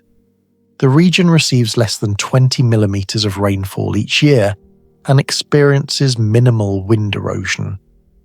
As a result, the exposed soil has remained largely undisturbed for nearly 2,000 years. While this explains the remarkable preservation of the lines, it does not explain the precision of the gigantic animal figures or the planning required to maintain their proportions across such large areas. Several major archaeological investigations throughout the 20th century attempted to measure and document the figures more precisely. Perhaps the most dedicated researcher was the German mathematician and archaeologist Piri Reis, who spent more than 50 years studying the Nazca lines beginning in the 1940s. Reis meticulously mapped many of the figures using measuring tapes and surveying equipment, calculating their angles, lengths, and alignments. Her work revealed that several geoglyphs maintain highly consistent proportions. For example, the hummingbird's wings form nearly symmetrical angles relative to the central body axis, while the spider's elongated legs follow carefully controlled curves rather than irregular lines. When researchers compared aerial photographs of these figures with modern land art projects created in the 20th century, the Nazca designs showed surprisingly similar geometric consistency, despite having been constructed nearly 2,000 years earlier without modern surveying instruments. The recent technological advances have added further complexity to the mystery.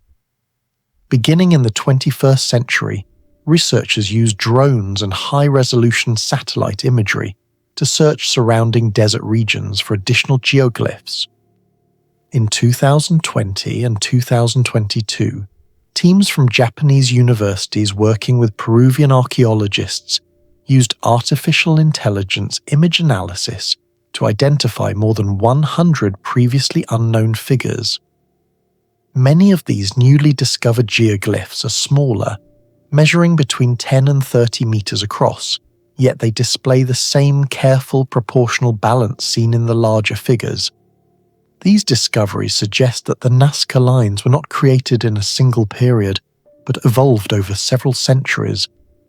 With multiple generations of artists expanding the desert landscape into a vast ceremonial or symbolic canvas.